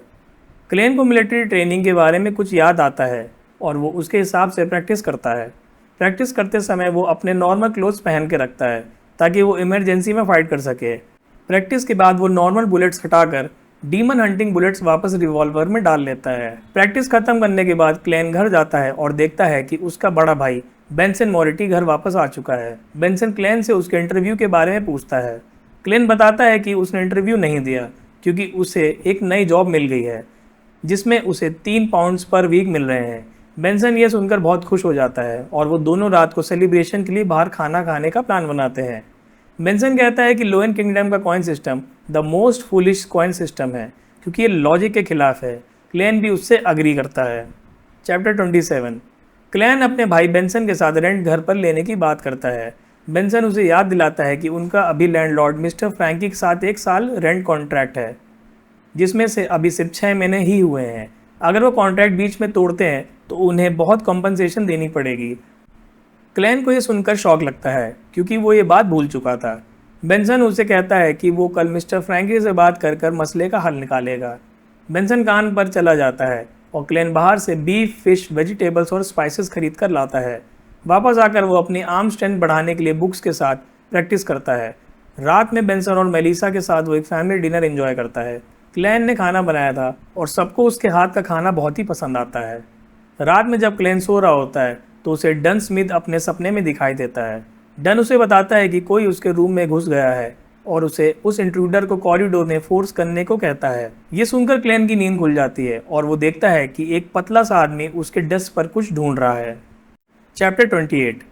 क्लेन का दिल जोर से धड़कने लगता है, लेकिन वो जल्दी से शांत हो जाता है और तकिए के नीचे से रिवॉल्वर निकाल लेता है। वो रिवॉल्वर से उसे डराने का प्लान करता है। जैसे ही क्लेन उस पर गन पॉइंट करता है, वो आदमी रुक जाता है। क्लेन उसे आराम से हाथ ऊपर उठाकर बाहर आने को बोलता है ताकि वो किसी और को डिस्टर्ब ना करे। जैसे ही घुसपैठिया दरवाजे तक पहुंचता है, वो अचानक नीचे झुककर डोर को जोर से बंद कर देता है। उसी समय बाहर से एक शांत और सुकून भरी मेलोडी आने लगती है, जिससे बेंसन और मेलिसा गहरी नींद में सो जाते हैं। 1 मिनट बाद मेलोडी बंद हो जाती है और डन स्मिथ क्लेन के दरवाजे पर आता है। डन क्लेन को बताता है कि ये इंट्रूडर सीक्रेट ऑर्डर नाम की एक एंशिएंट ऑर्गेनाइजेशन से था जो 4th इपॉक से जुड़ी हुई है। इन्हीं लोगों के पास एंटीगनस फैमिली की डायरी थी जो गलती से एंटीक मार्केट में चली गई थी। डन बताता है कि वो बाकी मेंबर्स को ढूंढ कर पकड़ेंगे और सीक्रेट ऑर्डर अब क्लेन को टारगेट करना छोड़ देंगे। इस कंट्रीब्यूशन के लिए क्लेन को बियॉन्डर बनने का मौका मिलता है। क्लेन को 2 ऑप्शन मिलते हैं। पहला, इनकम्प्लीट सीक्वेंस को चुनना। दूसरा, कंप्लीट सीक्वेंस स्लीपलेस के लिए मेरिट एक्यूमुलेट करना। क्लेन तुरंत इनकम्प्लीट सीक्वेंस के बारे में पूछता है। डन उसे 3 ऑप्शंस के बारे में बताता है। पहला, मिस्ट्री प्रायर, ये ओल्ड नील की सीक्वेंस है। इस सीक्वेंस में बियॉन्डर्स को मैजिक, विच क्राफ्ट, एस्ट्रोलॉजी और मिथिकल नॉलेज के बेसिक समझ होती है, लेकिन उसकी पूरी चेन अवेलेबल नहीं है। दूसरा, कॉर्प्स कलेक्टर, ये डेथ के कल्टिस्ट द्वारा चुनी गई सीक्वेंस है। इससे डेड स्पिरिट्स उनको अपना मानते हैं और अटैक नहीं करते। इसकी सीक्वेंस 7 स्पिरिट मीडियम है, जो मैम डेली की सीक्वेंस है। तीसरा, सीर, इसकी सिर्फ सीक्वेंस 9 अवेलेबल है। क्लेन को यह नाम सुनकर रोजेल की डायरी याद आती है, जिसमें उसने सीर को ना चुनने पर अफसोस किया था। चैप्टर 29। क्लेन डन स्मिथ से सीर सीक्वेंस की एबिलिटी के बारे में पूछता है। डन उसे बताता है कि सीर पोशन एस्ट्रोमैंसी, कार्टोमैंसी, स्पिरिचुअल पेंडुलम्स और स्क्राइंग सीखने की एबिलिटी देता है, लेकिन इसमें सीधे सीधे दुश्मनों से लड़ने का कोई तरीका नहीं है। क्लेन मिस्ट्री प्रायर और सीर के बीच कंफ्यूजन में पड़ जाता है, लेकिन वो जल्दी में कोई डिसीजन नहीं लेता। डन उसे मंडे तक सोचने का वक्त देता है। क्लेन बेंसन और मेलिसा एक नए घर की तलाश में Tingen city housing improvement company जाते हैं। Melissa Tingen housing improvement association for the working class के बारे में पूछती है, लेकिन बेंसन उसे समझाता है कि वो उन लोगों के लिए है जो बहुत गरीब हैं और वहाँ कम्युनल बाथरूम्स होते हैं। बेंसन अपनी बहन को असल गरीबी के बारे में बताता है, जिससे क्लेन और मेलिसा दोनों की आंखें खुल जाती हैं। चैप्टर 30। तीनों भाई बहन डेफोडिल स्ट्रीट पर टिंजन सिटी हाउसिंग इम्प्रूवमेंट कंपनी के टेरेस हाउस को देखने जाते हैं। वहां उन्हें एक spacious living room, dining room, kitchen room और 2 बाथरूम्स मिलते हैं। सेकंड फ्लोर पर 4 बेडरूम्स और एक बाथरूम में बाथटब भी होता है। मेलिसा और क्लेन दोनों ये सब देखकर बहुत खुश होते हैं। बेंसन ने नेगोशिएशन करके रेंट 1200 ली और फर्नीचर का चार्ज 3 पेंस कर दिया। नया घर मिलने के बाद तीनों भाई बहन अपने ओल्ड लैंडलॉर्ड मिस्टर फ्रैंकी से मिलने जाते हैं। बेंसन मिस्टर फ्रैंकी को समझाता है कि वो उनका कॉन्ट्रैक्ट तोड़ना चाहते हैं। बेंसन मिस्टर फ्रैंकी को समझा ले जाता है कि अगर वो नए 3 किराएदार खोज ले तो वो और ज़्यादा पैसे कमा सकते हैं, और उसके बाद मिस्टर फ्रैंकी खुशी खुशी कॉन्ट्रैक्ट ख़त्म करने को मान जाता है। कॉन्ट्रैक्ट ख़त्म होने के बाद क्लेन, बेंसन और मेलिसा अपना सामान नए घर में शिफ्ट करते हैं। सामान शिफ्ट करने के बाद क्लेन, बेंसन और मेलिसा बहुत खुश होते हैं। अगली सुबह क्लेन अपनी नई जॉब के लिए एक नया फॉर्मल सूट पहनकर निकलता है। वहाँ वो रोजैन से मिलता है और फिर डन स्मिथ के ऑफिस में जाता है। चैप्टर 31। डन क्लेन से पूछता है कि क्या उसने अपना डिसीजन ले लिया। क्लेन बिना किसी झिझक के कहता है कि उसने सीर बनने का डिसीजन लिया है। क्लेन को लगता है कि एम्परर रोजेल की डायरी में लिखे हुए वर्ड्स उसके लिए सही गाइड हैं। डन क्लेन को उसके डिसीजन के बारे में दोबारा सोचने को कहता है, लेकिन क्लेन अपने फैसले पर अडिग रहता है। डन उसे पोशन बनाने की प्रोसेस दिखाने के लिए नीचे ले जाता है। डन क्लेन को नाइट हॉक्स टीम के एल्केमी रूम में ले जाता है। वो उसे बताता है कि ओल्ड नील अंदर जाकर सीर पोशन के लिए फार्मूला और मटेरियल्स लाएंगे। डन क्लेन को एक और बात बताता है कि वो फिलहाल टीम मेंबर नहीं बनेगा, बल्कि वो एक सिविलियन स्टाफ ही रहेगा और उसे नील से मिस्टिसिज्म के बारे में सीखना होगा। डन क्लेन को एक बार फिर से याद दिलाता है कि सीक्रेट ऑर्डर अभी के लिए उससे कोई नुकसान नहीं पहुंचाएंगे, लेकिन उसे हमेशा सावधान रहना चाहिए। चैप्टर 32। क्लेन ने डार्क ब्लू जेलेटिनस पोशन पिया। तुरंत ही उसने अपने पूरे शरीर में एक ठंडी और स्मूथ सेंसेशन महसूस की, जिसके बाद स्टिमुलेशन और ठंडक भी महसूस हुई। उसकी नज़र धुंधली हो गई, रंग ज़्यादा गहरे हो गए और उसने ग्रेश, धुंधला फॉग और कुछ ट्रांसपेरेंट अजीब चीज़ें देखीं जिनमें चमक थी। ये उसके लिए स्पिरिट वर्ल्ड का पहला अनुभव था। नील ने उसे गाइड किया और समझाया कि ये अजीब इफ़ेक्ट्स पोशन की एनर्जी के बाहर आने की वजह से थे। इस पर कंट्रोल करने के लिए क्लेन को कॉजिटेट करना था, जिसका मतलब था अपने दिमाग में एक ऑब्जेक्ट पर फोकस करना। क्लेन ने अपने टॉप हेड को इमेजिन किया और केओटिक फीलिंग शांत हो गई। नील ने बताया कि यह कॉजिटेशन का पहला स्टेप है। नील ने फिर क्लेन को स्पिरिट विजन एक्टिवेट करना सिखाया। क्लेन ने अपनी नज़र फोकस की और आहिस्ता आहिस्ता अपनी उंगलियां हिलाई और उनके बीच एक फायरी रेड कलर देखा। नील ने उसे ऑरा बताया, जो उसके ईथर बॉडी का बाहरी रूप था। नील ने इंसान के नॉन फिजिकल पार्ट्स को 4 लेवल्स में समझाया। पहला सोल बॉडी, मतलब जो कि स्पिरिचुअलिटी से रिलेटेड होती है। फिर एस्ट्रल प्रोजेक्शन, सोल बॉडी का स्पिरिट वर्ड से कम्युनिकेट करने का तरीका, जो भावनाओं और इच्छाओं से जुड़ा हुआ होता है। फिर body of heart and mind, physical body के साथ जुड़कर इन्फेरेंशियल और एनालिटिकल एबिलिटीज़ को जो दर्शाता है। फिर ईथर बॉडी, सबसे बाहरी लेयर, जो जीवन शक्ति मतलब वाइटल एनर्जीज और फिजिकल रूप का एक प्रतीक है। उसने अलग अलग ऑरास के रंगों के मतलब भी बताए, जैसे रेड पैशन के लिए, ग्रीन शांति के लिए और पर्पल स्पिरिचुअलिटी के लिए। जब क्लैन ओल्ड नील पर स्पिरिट विजन प्रैक्टिस कर रहा था तो उसने उनके पीछे अंधेरे में ट्रांसल्यूसेंट बेरहम आंखें देखी जिससे वो डर गया। चैप्टर 33। नील ने क्लैन को तसल्ली दी कि जो आंखें उसने देखी थी वो रिचुअलिस्टिक मैजिक की एक खासियत थी और उसे उन्हें इग्नोर करने को कहा। बियॉन्डर बनने के उत्साह में क्लैन ने अपने स्पिरिट विजन का इस्तेमाल करके एल्केमी रूम को देखा। उसने नोटिस किया कि एक्स्ट्राऑर्डिनरी मटेरियल्स में एक रेमिनेंट स्पिरिचुअलिटी बाकी थी जिससे वो चमकदार और रंग बिरंगे दिख रहे थे। नील ने मजाक में कहा कि नाइट हॉक्स का हेडक्वार्टर्स जहाँ इतने बियॉन्डर्स रहते हैं वहाँ स्पिरिट्स और भूत घूमते नहीं हैं। क्लेन को ग्लाबिला में मतलब दोनों आईब्रोज के बीच में नाक के ऊपर में स्पैजम्स और सर में दर्द होने लगा, जिसे नील ने समझाया कि ये नए बियॉन्डर्स के लिए आम बात है क्योंकि स्पिरिट विजन का उनकी सोल बॉडी पर बहुत बोझ पड़ता है। उसने क्लेन को सलाह दी कि इसका इस्तेमाल कम से कम करे और उसे एक्टिवेट और डीएक्टिवेट करने के लिए एक सिंपल स्विच बनाना सिखाया। क्लेन ने अपनी ग्लैबिला पर 2 बार टैप करने को अपना स्विच चुना। अपने स्विच की प्रैक्टिस करने के बाद क्लेन बहुत थक चुका था और उसे आराम की ज़रूरत थी। ओल्ड नील ने उसे दोपहर में आराम करने को कहा और फिर वेल्च की जगह पर जाकर एंटीगोनस फैमिली की नोटबुक के क्लूज ढूंढने को कहा। उसने क्लेन को हिस्ट्री से जुड़े डॉक्यूमेंट्स पढ़ते रहने की भी सलाह दी। क्लेन अपने नए घर वापस आ गया और थकान की वजह से जल्दी सो गया। वो दोपहर में जागा, बिल्कुल टैरेट क्लब की मीटिंग के लिए समय पर। मीटिंग से पहले उसने स्पिरिट विजन एक्टिवेट करके ये इंश्योर किया कि उसके कमरे में कोई स्पिरिचुअल एंटिटी नहीं है। 2:57 पर क्लेन ने काउंटर क्लॉकवाइज 4 कदम चलकर चाइनीज़ में मंत्र बोलकर अपना रिचुअल शुरू किया। उसने हवा में तैरने का अनुभव किया और 2 डीप रेड सितारे देखे जो द हैंग्ड मैन और जस्टिस को दर्शाते थे। उसने शांति से मीटिंग शुरू करने की तैयारी की। Chapter 34। Chapter Elgar Wilson the hanged man और ऑड्रे हॉल जस्टिस के साथ शुरू होता है जो टैरोट क्लब की मीटिंग के लिए तैयारी कर रहे हैं। जैसे ही घड़ी में 3 बजते हैं वो एक डीप रेड लाइट में घिरे होते हैं जो उन्हें ग्रे फॉग के ऊपर मिस्टीरियस डिवाइन हॉल में ले जाती है। वो लंबी ब्रॉन्ज टेबल पर पहुंचते हैं जहां उनके सामने थिक ग्रे फॉग में घिरे हुए द फूल मतलब क्लैन बैठा होता है। ऑड्रे द फूल और द हैंग मैन को खुशी से ग्रीट करती है जो अब एक सीर है। अपने स्पिरिट विजन का इस्तेमाल करके उन्हें ऑब्जर्व करता है। वो देखता है कि ऑड्रे का ऑरा खुशी और उत्साह से भरा हुआ है जबकि एल्गर का ऑरा ब्लू और ऑरेंज है जो शांति और थोड़ा आनंद दर्शाता है। क्लैन एल्गर के ईथर बॉडी के अंदर एक डीप ब्लू समुद्र जैसा ऑरा भी देखता है जिससे पता चलता है कि वो एक पावरफुल बियॉन्डर है। ऑड्रे कंफर्म करती है कि उसे एल्गर के लिए ज़रूरी घोष शार्क का खून मिल गया है। उनके एग्रीमेंट के अनुसार एल्गर उसे स्पेक्टेटर पोशन मतलब सीक्वेंस 9 का फॉर्मूला देता है। वो ज़रूरी इंग्रेडिएंट्स और सही मात्रा में उन्हें यूज़ करने की इम्पोर्टेंस बताता है ताकि वो कंट्रोल ना खो दे। ऑड्रे ध्यान से सुनती है लेकिन क्लेन जो चुपचाप ऑब्जर्व कर रहा होता है उसे रोकता है।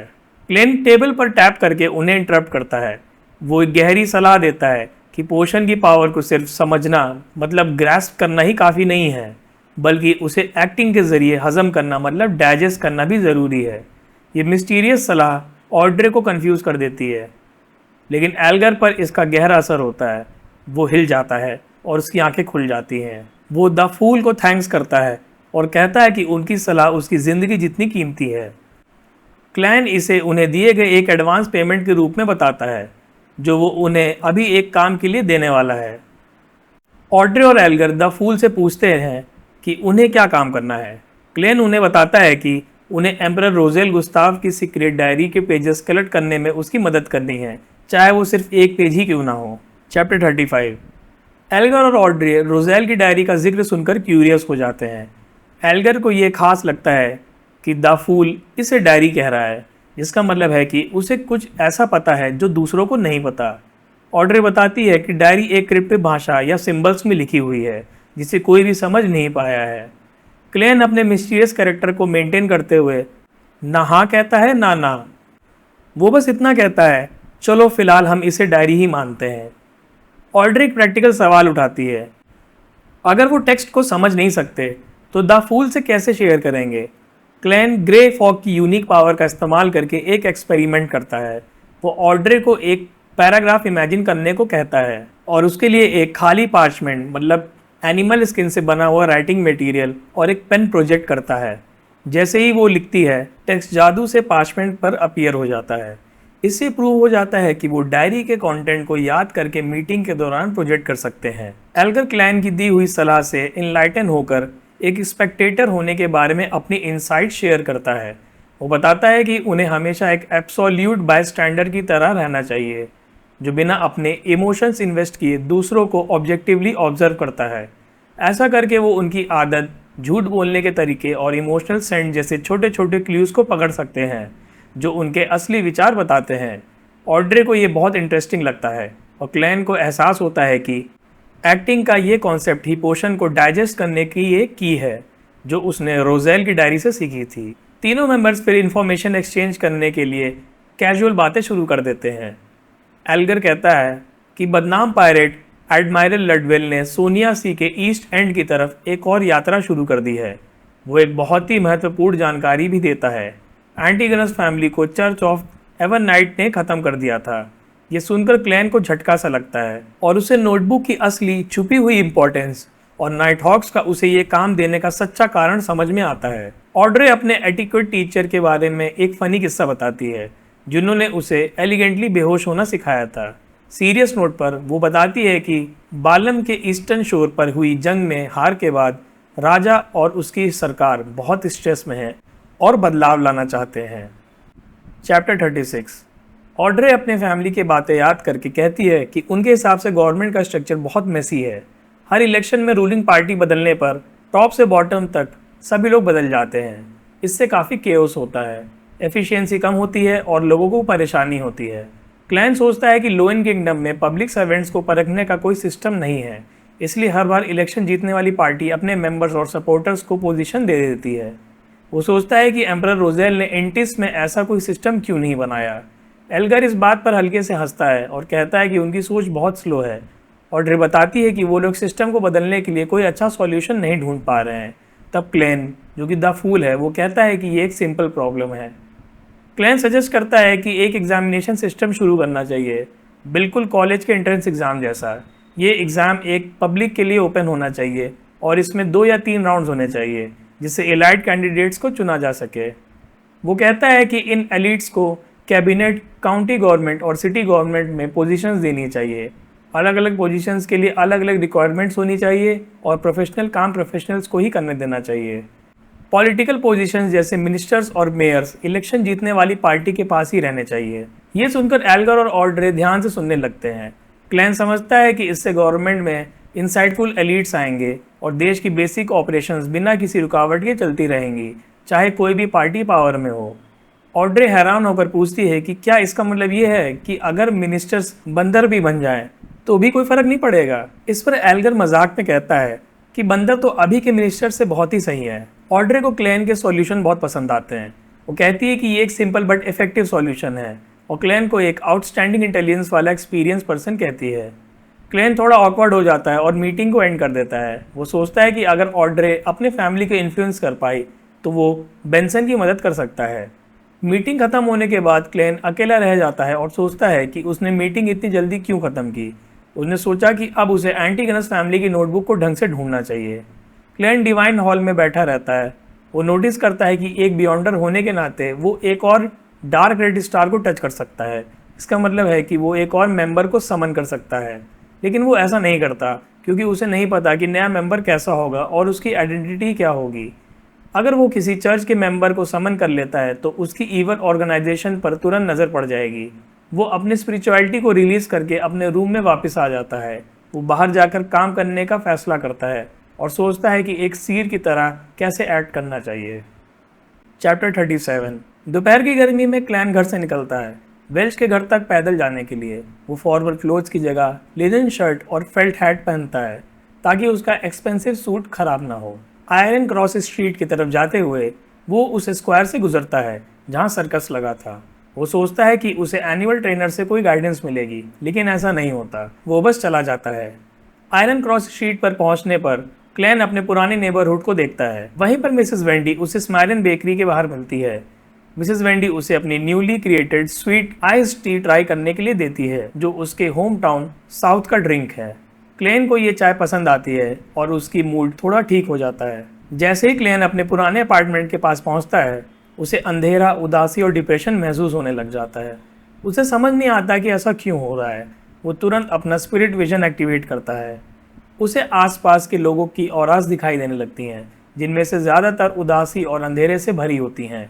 वो समझ जाता है कि ये उसके स्पिरिट विजन का असर है। नील ने उससे बताया था कि नए बियॉन्डर्स को दूसरों के इमोशन से असर हो सकता है। क्लेन को एहसास होता है कि इस इलाके में लंबे समय तक सप्रेशन की वजह से लोगों में यह उदासी छाई हुई है। क्लेन 2 बार ग्लाबेला मतलब अपने आईब्रोज के बीच के हिस्से को टैप करके अपना स्पिरिट विजन बंद करता है। फिर वो अपने अपार्टमेंट में नोटबुक ढूंढने जाता है, लेकिन उसे कुछ नहीं मिलता। उसे ये भी पता चलता है कि स्पिरिट्स आसानी से नहीं मिलते। वो वेल्च के घर तक भी जाता है, लेकिन वहाँ भी उसे कुछ नहीं मिलता, क्योंकि उसके पास चाबी नहीं थी और उसे लगता है कि नाइट हॉक्स ने वहाँ पहले ही ढूंढ लिया होगा। थक कर क्लैन पब्लिक कैरियज लेने जाता है ताकि वो ब्लैकथॉर्न सिक्योरिटी कंपनी जाकर बुलेट्स की प्रैक्टिस कर सके। एक सीर के पास ऑफेंसिव पावर नहीं होती, इसलिए उसे अपने रिवॉल्वर और केन पर भरोसा करना पड़ता है। रास्ते में उसकी नज़र एक साइन बोर्ड पर पड़ती है, डिविनेशन क्लब। उसे याद आता है कि उसे एक सीर की तरह एक्ट करना है। वो सोचता है कि शायद इस क्लब से उसे कुछ नए आइडियाज़ मिल सकते हैं। क्लैन क्लब के अंदर जाता है, जहाँ एक फीमेल अटेंडेंट उससे पूछती है कि क्या उसे फॉर्च्यून टेलिंग करवानी है या क्लब ज्वाइन करना है। क्लैन क्लब ज्वाइन करने की कंडीशंस पूछता है। अटेंडेंट बताती है कि एनुअल मेंबरशिप फ़ी 5 पाउंड्स है और मेंबर्स को क्लब के रूम्स और टूल्स, फ्री कॉफ़ी और टी और मंथली लेक्चर मिलते हैं। क्लैन ये सुनकर सोचता है कि उसके पास इतने पैसे नहीं हैं। फिर वो पूछता है कि अगर उसे सिर्फ फॉर्च्यून टेलिंग करवानी हो तो क्या करना होगा। चैप्टर 38। जब क्लैन ने फॉर्च्यून टेलिंग के बारे में पूछा तो क्लब के अटेंडेंट ने बताया कि मेंबर्स यहाँ डिविनेशन करते हैं और उनकी रेट्स भी होती हैं। उसने क्लैन को एक एल्बम दिखाया जिसमें मेंबर्स और उनकी फ़ीस थी। ज़्यादातर लोगों की फ़ीस बहुत ज़्यादा थी, तो क्लैन ने ग्लासेस को चुना, जो सिर्फ 2 पेंस चार्ज करता था और ख़ुद को एक नोविस बताता था। नोविस मतलब जो कम एक्सपीरियंस होता है, नया आदमी। अटेंडेंट ने क्लैन को वार्न किया, लेकिन क्लैन ने रिस्क लेने का फैसला लिया। ग्लासेस, जो कि एक 30 साल का आदमी था जिसकी आंखें डार्क ग्रीन थी, हैरान था कि क्लैन ने उसे चुना। उसने बताया कि वो डिविनेशन सिर्फ एक हॉबी के तौर पर करता है और ऑफर दिया कि वो फ्री में डिविनेशन करेगा। क्लैन ने ग्लासेस पर अपना स्पिरिट विजन यूज़ किया और देखा कि उसके लंग्स के आसपास एक डार्क ऑरा है और स्पार्सेस हैं, जिससे उसकी तबीयत खराब लग रही थी। क्लैन ने ग्लासेस से एक खोई हुई चीज़, एंटीनस फैमिली की नोटबुक की लोकेशन पता करने को कहा। ग्लासेस के इंस्ट्रक्शंस के अनुसार क्लैन ने टैरोट कार्ड्स को शफल किए और सवाल पूछा, क्या ये अभी भी मिल सकती हैं? जो कार्ड निकला वो इन्वर्टेड द फूल था। ये कोइंसिडेंस क्लैन को शॉकिंग लगा, लेकिन उसे याद था कि टैरोट कार्ड सिर्फ एक टूल है और रिजल्ट स्पिरिट वर्ल्ड से आता है। उसने फिर एक और सवाल पूछा, क्या इस चीज़ को किसी और ने ले लिया है? इस बार कार्ड इन्वर्टेड था और वो था द स्टार। ग्लासेस ने इसका मतलब बताया कि शायद वो चीज़ अभी तक किसी के हाथ नहीं लगी है। क्लैन ने ग्लासेस को 2 पेन्स दिए, ये कहकर कि ये डिविनेशन के लिए रिस्पेक्ट है। जाते हुए उसने ग्लासेस को एक क्रिप्टिक वार्निंग दी, जल्दी से डॉक्टर को दिखा लो, अपने लंग्स पर ध्यान दो। इसका रीज़न देने के लिए उसने कहा कि ग्लासेस का ग्लैबिला सीम्स डार्क, मतलब उसके माथे पर डार्कनेस नज़र आ रही थी, जो एक चाइनीज़ सुपरस्टिशन है। ग्लासेस अम्यूज और कंफ्यूज था, लेकिन बाद में उसने खुद अपनी हेल्थ के लिए डिविनेशन की। क्लब से निकलने के बाद क्लैन ने पैसा बचाने का फैसला किया ताकि वो क्लब का मेंबर बन सके और एक सीर की तरह एक्टिंग शुरू कर सके। फिर वो प्रैक्टिस के लिए बुलेट्स लेने ब्लैकथॉर्न सिक्योरिटी कंपनी की तरफ चला गया। चैप्टर 39। ब्लैकथॉर्न सिक्योरिटी कंपनी में क्लैन की मुलाकात लियोनार्ड मिशेल से होती है। लियोनार्ड अपने पोइटिक स्टाइल में क्लैन से एक सवाल पूछता है, वेल्च और नाया ने वहीं सुसाइड कर लिया, लेकिन तुम घर कैसे लौट आए? क्लैन ने इसका जवाब देते हुए एक थ्योरी दी। अनजान एंटिटी ने उसे नोटबुक छुपाने के लिए इस्तेमाल किया होगा, लेकिन एक मिसअप, क्लैन का ट्रांसमाइग्रेशन की वजह से वो खुदकुशी नहीं कर पाया। लियोनार्ड इस पर एक और अनसेटलिंग पॉसिबिलिटी बताता है। नोटबुक ईविल के लिए एक वेसल है और क्लैन को उसे छुपाने के लिए मजबूर किया गया। फिर लियोनार्ड सजेस्ट करता है कि नोटबुक शायद डिस्ट्रॉय हो चुकी होगी, लेकिन क्लैन की फेल्ड सुसाइड का रीज़न ये था कि उसके बॉडी को एक वेसल बनाया गया था। क्लैन को तुरंत शक हो जाता है कि लियोनार्ड उसकी आइडेंटिटी पर सवाल उठा रहा है। वो ये कहता है कि उसे कैप्टन डन और डेली ने क्लियर कर दिया है। लियोनार्ड टॉपिक बदल देता है, लेकिन उसकी आंखों में शक बाकी रह जाता है। फिर क्लेन आर्मरीज में जाकर रोज़ैन और उनके कलीग ब्रेड से मिलता है। रोज़ैन ये जानकर एक्साइटेड हो जाती है कि क्लेन एक बियॉन्डर बन गया है। ब्रेड, जो अपनी 15th वेडिंग एनिवर्सरी सेलिब्रेट करने के लिए शिफ्ट बदलना चाहता था, क्लेन से हाथ मिलाते हुए कहता है कि उसके पास बियॉन्डर बनने की हिम्मत नहीं है। इस पर क्लेन मजाक में कहता है, the ignorant knows no fear, मतलब जिसे कुछ भी नहीं पता होता है उसे किसी बात का डर नहीं होता है। तो ब्रेड उसे एक बियॉन्डर की डेथ बेड पर दी गई वार्निंग सुनाता है, the less you know the longer you live, मतलब तुम्हें जितना कम पता होगा तुम्हारी उम्र उतनी ही लंबी होगी। बुलेट्स लेने के बाद क्लेन शूटिंग क्लब जाता है। वहाँ वो रिवॉल्वर चलाने की प्रैक्टिस करता है और एक्सरसाइज भी करता है, क्योंकि उसे पता है कि एक सीर के लिए फिजिकल फिटनेस बहुत ज़रूरी है। घर लौटने पर उसकी मुलाकात उसकी बहन मेलिसा से होती है, जो ग्रोसरी शॉपिंग करके लौटी थी। वो अपने घर के खर्चे के बारे में बात करते हैं। मेलिसा बहुत खर्च बचाती है, लेकिन क्लेन उसे समझाता है कि उन्हें अच्छा खाना चाहिए और पब्लिक ट्रांसपोर्ट का इस्तेमाल करना चाहिए, क्योंकि एक हेल्दी बॉडी और माइंड उसकी पढ़ाई के लिए ज़रूरी है। वो मेलिसा को टाइम की वैल्यू समझाकर उसे कन्विंस कर लेता है। अगली सुबह क्लेन काम पर लौटता है और रोज़ैन और नील से मिलता है। नील मजाक में पूछता है कि क्या उसने पिछली रात कुछ स्ट्रेंज साउंड सुनी। क्लेन के लिए ये एक पजल था, लेकिन वो ओल्ड नील के साथ मिस्टिसिज्म क्लास के लिए आर्मरी जाता है। नील कहता है कि वो क्लास से पहले उसे एक इंटरेस्टिंग ट्रिक सिखाएगा और अपने सिल्वर चेन पर लगे मून स्टोन की तरफ इशारा करता है। चैप्टर 40। क्लेन नील से पूछता है कि वो कौन सा इंटरेस्टिंग ट्रिक सिखाने वाले हैं। नील उसे आर्मरी की पैटिंग करने को कहता है और क्लेन से 2 कप में कॉफ़ी बनाने को कहता है। एक कप में क्लेन को कुछ अनप्लीजेंट डालने को कहता है। क्लेन हैरान होता है लेकिन मान जाता है। क्लेन 2 कप्स कॉफ़ी बनाता है और उन्हें एक जैसा दिखाने के लिए एक कप में अपने जूतों के नीचे लगी मिट्टी डाल देता है। जब नील वापस आता है तो वो अपनी सिल्वर चेन, जिसमें मूनस्टोन लगा होता है, राइट साइड वाली कॉफ़ी कप के ऊपर होल्ड करता है। मूनस्टोन काउंटर क्लॉकवाइज घूमने लग जाता है। नील तुरंत बता देता है कि इस कप में अनप्लीजेंट थिंग है और वो दूसरा कप पी लेता है। क्लेन इम्प्रेस्ड हो जाता है। नील बताता है कि ये पेंडुलम डाउजिंग या स्पिरिट डाउजिंग है। इसे हम स्पिरिचुअलिटी और स्पिरिट वर्ल्ड की मदद से अच्छी और बुरी चीज़ों का पता लगा सकते हैं। नील एक्सप्लेन करता है, काउंटर क्लॉकवाइज मतलब बुरा या नो, क्लॉकवाइज मतलब अच्छा या यस। अगर कुछ नहीं मूव होता है तो मतलब ना अच्छा ना बुरा। इसके लिए सवाल नहीं, स्टेटमेंट्स यूज़ करने होते हैं। क्लेन सोचता है कि ये ट्रिक बहुत यूज़फुल है, स्पेशली अनजान जगहों पर खाने की चीज़ों के बारे में पता लगाने के लिए। वो सोचता है कि इसके लिए उसे एक पेंडुलम खरीदना होगा, लेकिन ओल्ड नील बताता है कि ये बियॉन्डर्स के लिए स्टैंडर्ड इशू होता है और वो इसके लिए कैप्टन से परमिशन ले सकता है। नील फिर क्लेन को मिस्टिसिज्म की क्लास देना शुरू करता है। वो सिंबोलिज्म के बारे में बताते हैं कि कैसे स्पिरिट वर्ल्ड और कॉस्मिक रेल्म्स की चीज़ें एब्स्ट्रैक्ट सिंबल्स के रूप में दिखती हैं। टैरोट कार्ड्स पर भी ये सिंबल्स होते हैं जो हमें इन रिविलेशंस को समझने में मदद करते हैं। नील अलग अलग सिंबल्स ड्रॉ करके उनके मीनिंग बताता है, जैसे कॉन्स्टेलेशन, सन, मून और प्लैनेट्स के सिंबल्स। क्लेन मजाक में कमेंट करता है कि इन कॉन्स्टेलेशंस के नाम बहुत ही अनसोफिस्टिकेटेड हैं। नील बताता है कि एम्परर रोजेल भी यही सोचते थे और इन नाम को बदलना चाहते थे, जैसे वर्गो या स्कॉर्पियो। क्लास के बाद नील क्लेन को एडवाइस देता है कि मिस्टिसिज्म की नॉलेज को सिर्फ याद नहीं करना है, बल्कि उसे रेगुलरली प्रैक्टिस करना है। इससे पोशन की पावर को बेटर कंट्रोल किया जा सकता है। क्लेन ये सुनकर अपनी एक्टिंग थ्योरी के बारे में बताता है।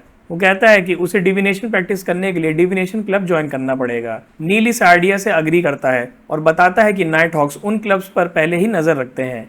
वो क्लेन को सलाह देता है कि वो क्लब मेंबरशिप की फ़ीस के लिए भी कैप्टन से परमिशन ले सकता है, क्योंकि ये एक तरह से जॉब का पार्ट होगा। क्लेन हैरान हो जाता है कि वो प्राइवेट काम के लिए भी एक्सपेंस क्लेम कर सकते हैं।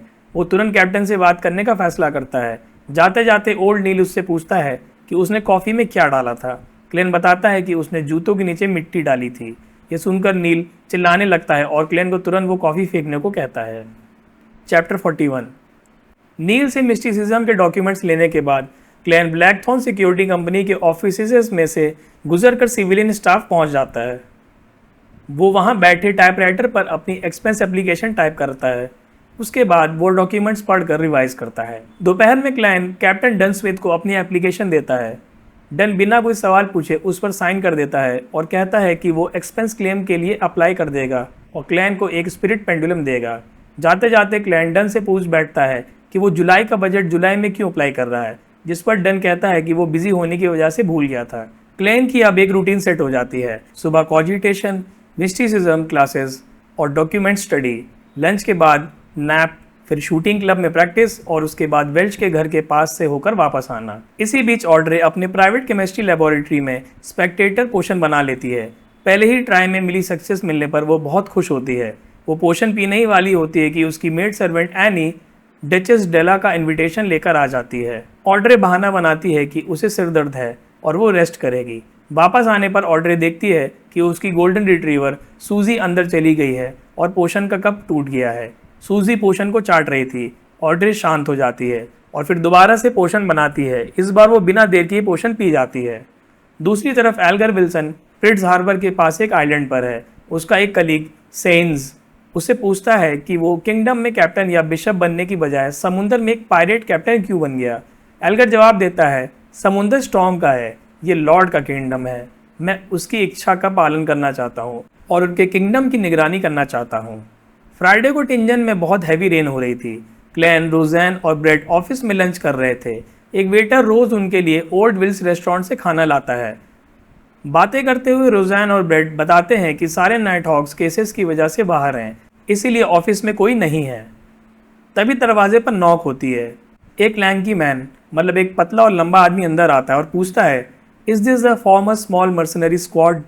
रोज़ैन कहती है कि उनके सिक्योरिटी पर्सनल भी अभी बाहर हैं और सबसे जल्दी 1 घंटे में वापस आएंगे। वो आदमी डिसअपॉइंट होकर वापस चला जाता है। रोज़ैन पछताती है कि वो एक मिशन मिस कर रहे हैं। चैप्टर 42। रोज़ैन को पछताता हुआ देखकर क्लैन उससे कहता है कि वो ब्रेट या खुद मिशन पर नहीं जा सकते क्योंकि सारे नाइट हॉक्स अलग अलग ड्यूटी पर हैं, जैसे चाइनीज गेट की गार्डिंग या रॉबरी केस की इन्वेस्टिगेशन। रोज़ैन कहती है कि ब्रेट नहीं कर सकता, बट तुम कर सकते हो, हमारे मिस्टर सीर।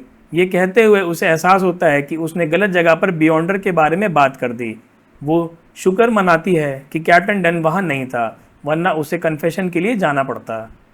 बारिश अभी भी चल रही थी, इसीलिए क्लैन ऑफिस में ही रुक गया और न्यूज़पेपर पढ़ने लगा। उसने एक न्यूज़ आइटम देखी, मिस्टर वेल्च और मिस नाया के किलर को पकड़ लिया गया है। क्लैन को दिल में थोड़ा बोझ महसूस हुआ। वो सोचता है कि वेल्च के फादर ने पुलिस की एक्सप्लेनेशन मान ली है और प्राइवेट डिटेक्टिव नहीं हायर किया। कुछ देर बाद वही लैंकी मैन वापस आता है और पूछता है कि क्या वो यहाँ नाइट हॉक्स के वापस आने तक इंतज़ार कर सकता है। रोज़ैन मान जाती है। क्लैन क्यूरियस होकर उससे पूछता है कि वो यहाँ कैसे पहुँचा। मैन बताता है कि उसने आसपास के सिक्योरिटी कंपनीज और प्राइवेट डिटेक्टिव से बात की, लेकिन कोई भी फ्री नहीं था। वो कहता है कि एक वेटर ने उसे इस ऑफिस का एड्रेस दिया था। फिर मैन बताता है कि हाउवेज स्ट्रीट पर हुई मर्डर और रॉबरी की वजह से सारे टिंजन के अमीर लोग घबरा गए हैं, इसलिए सबने सिक्योरिटी बढ़ा दी है, जिसके कारण सिक्योरिटी पर्सनल की बहुत कमी है। क्लैन और रोज़ैन एक दूसरे को देखकर मुस्कुराते हैं क्योंकि उन्हें एहसास होता है कि सारे सिक्योरिटी कंपनीज बिजी हैं, लेकिन उनकी कंपनी पर कोई फ़र्क नहीं पड़ता। इससे ये भी प्रूव होता है कि नाइट हॉक्स ने अपनी आइडेंटिटी को सक्सेसफुली छुपा लिया है। थोड़ी देर बाद लियोनार्ड मिशेल अंदर आता है। रोज़ैन उसे देखकर खुश हो जाती है, ये सोचकर कि कैप्टन डन भी वापस आ गया होगा। लैंकी मैन हैरान हो जाता है क्योंकि उसने किसी को वापस आते हुए नहीं देखा था। रोज़ैन जल्दी से संभलती है और कहती है कि एक सिक्योरिटी कंपनी का सिर्फ फ्रंट डोर नहीं होता। मैन ये सुनकर समझ जाता है। चैप्टर 43। क्लैन और लियोनार्ड मिशेल को एक नया क्लाइंट मिलता है, बटलर क्ली, जो अपने मास्टर के बच्चे एलियट विक्रॉय को ढूंढने आया है। क्लैन डिविनेशन के लिए कुछ मीडिया मांगता है, जैसे एलियट के कपड़े और एक्सेसरीज। क्ली हैरान होता है, पर लियोनार्ड तुरंत सिचुएशन संभाल लेता है। वो कहता है कि क्लैन के पास एक यूनिक पेट है जिसे सूंघने के लिए चीज़ें चाहिए। क्ली उन्हें एलियट की एक फ़ोटो देता है और तीनों विक्रॉय के रेजिडेंस की तरफ निकल पड़ते हैं। रास्ते में लियोनार्ड क्लेन को बताता है कि वो नोटबुक जल्द ही दोबारा सामने आ सकती है। क्लेन इस बारे में बात नहीं करना चाहता क्योंकि कैरियर ड्राइवर उन्हें सुन सकता है। थोड़ी देर बाद क्ली एलियट के कपड़े और एक स्टॉर्म एम्यूलेट लेकर वापस आता है। वो किडनैपर्स की डिटेल्स भी बताता है। 3 किडनैपर्स हैं, नॉर्मल हैं और उनके पास बंदूकें हैं। ये इन्फॉर्मेशन लेकर क्लेन और लियोनार्ड क्ली को छोड़कर एक प्राइवेट कैरियज हायर करते हैं। कैरियज में बैठे क्लेन अपना dowsing rod seeking ability use करने का फैसला करता है। वो एलियट के कपड़े ज़मीन पर फैलाता है और स्टॉर्म एम्यूलेट को अपनी केन मतलब छड़ी पर लपेट देता है। वो हाफ कॉजिटेशन स्टेट में जाता है और साइलेंटली एलियट्स लोकेशन रिपीट करता है। केन हवा में खड़ी हो जाती है और फिर एक डायरेक्शन में गिर जाती है। क्लेन को पता चल जाता है कि किडनैपर्स किस डायरेक्शन में गए हैं। वो ड्राइवर को उसी डायरेक्शन में जाने को कहता है। बार बार डिविनेशन करते हुए वो एक बिल्डिंग तक पहुंचते हैं। बिल्डिंग के अंदर क्लैन को दोबारा dowsing rod seeking ability use करनी पड़ती है। वो बिल्डिंग के तीनों फ्लोर्स पर इसको यूज़ करता है और आखिरकार थर्ड फ्लोर पर एक रूम की तरफ केन पॉइंट करता है। क्लैन अपनी स्पिरिचुअल विजन से कंफर्म करता है कि अंदर 3 किडनैपर्स और एक हॉस्टेज है। लियोनार्ड मुस्कुराते हुए कहता है कि वो उनके लिए एक पोएम पढ़ेगा। चैप्टर 44। लियोनार्ड एक पोएम सुनाना शुरू करता है जिसे मिडनाइट पोएम कहते हैं। उसकी आवाज़ सुनकर क्लैन का दिमाग सुन्न हो जाता है और उसे नींद आने लगती है, लेकिन अपनी स्ट्रॉन्ग स्पिरिचुअल परसेप्शन की वजह से वो उसके इन्फ्लुएंस से बच निकलता है।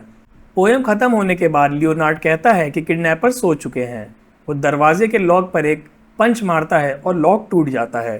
क्लैन अपना रिवॉल्वर निकाल कर तैयार हो जाता है। जब दरवाज़ा खुलता है तो वो देखते हैं कि किडनैपर सो रहा है और दूसरा अचानक से उठने की कोशिश करता है। लियोनार्ड तुरंत उसे नॉकआउट कर देता है। तभी क्लैन को स्पिरिचुअल परसेप्शन से कुछ महसूस होता है। वो मुड़कर देखता है तो एक आदमी ऊपर आ रहा होता है। क्लैन तुरंत अपनी गन उस पर एम करता है। आदमी ब्रेड का बैग फेंक कर भागने की कोशिश करता है, लेकिन क्लैन अपनी प्रैक्टिस की वजह से उसके लेफ्ट शोल्डर पर फायर कर देता है। बैंग! अचानक हुई फायरिंग से वो आदमी ज़मीन पर गिर जाता है। लियोनार्ड ऊपर से उस पर कूद कर उसको बेहोश कर देता है और क्लैन की शूटिंग की तारीफ करता है, जबकि क्लैन असल में उसके पैर पर एम कर रहा था। अंदर जाकर वो देखते हैं कि एलियॉट विक्रॉय सहमा हुआ बैठा है और तीनों किडनैपर्स बंधे हुए हैं। क्लैन एलियॉट को बताता है कि वो उसके फादर के हायर्ड सिक्योरिटी पर्सनल हैं। लियोनार्ड उसे पुलिस को इन्फॉर्म करने के लिए भेजता है। पुलिस स्टेशन के चक्कर से बचने के लिए लियोनार्ड और क्लैन पुलिस के आने से पहले वहां से निकल जाते हैं। लियोनार्ड विक्रॉय के कैरेज के सामने से गुजरकर एक जेंटलमैन की तरह विक्रॉय को सैल्यूट करता है। क्लैन को कमीशन की चिंता होती है। वो लियोनार्ड से कहता है कि हमें क्ली से कंफर्म करना चाहिए, वरना उनकी कमीशन आधी हो जाएगी। लियोनार्ड श्रग करते हुए कहता है कि पैसा इतना ज़रूरी नहीं है। वो बताता है कि क्लैन को कमीशन का सिर्फ 10% मिलेगा, जो लगभग 10 पाउंड्स होंगे। क्लैन को ये भी बताता है कि किडनैपर्स को पता भी नहीं चलेगा कि उन पर बियॉन्डर एबिलिटी का यूज़ हुआ था। वो बस सोचेंगे कि मौसम अच्छा था और उन्हें नींद आ गई। उसी रात क्लैन को एक नाइटमेयर आता है। वो अपने बेडरूम में एक नोटबुक देखता है। जब वो नोटबुक खोलता है तो उसे द फूल का पिक्चर दिखाई देता है, जिस पर हर्मीज में लिखा होता है everyone will die including me. Klein डर कर उठ जाता है। उसे रियलाइजेशन होता है कि वो कुछ भूल गया था।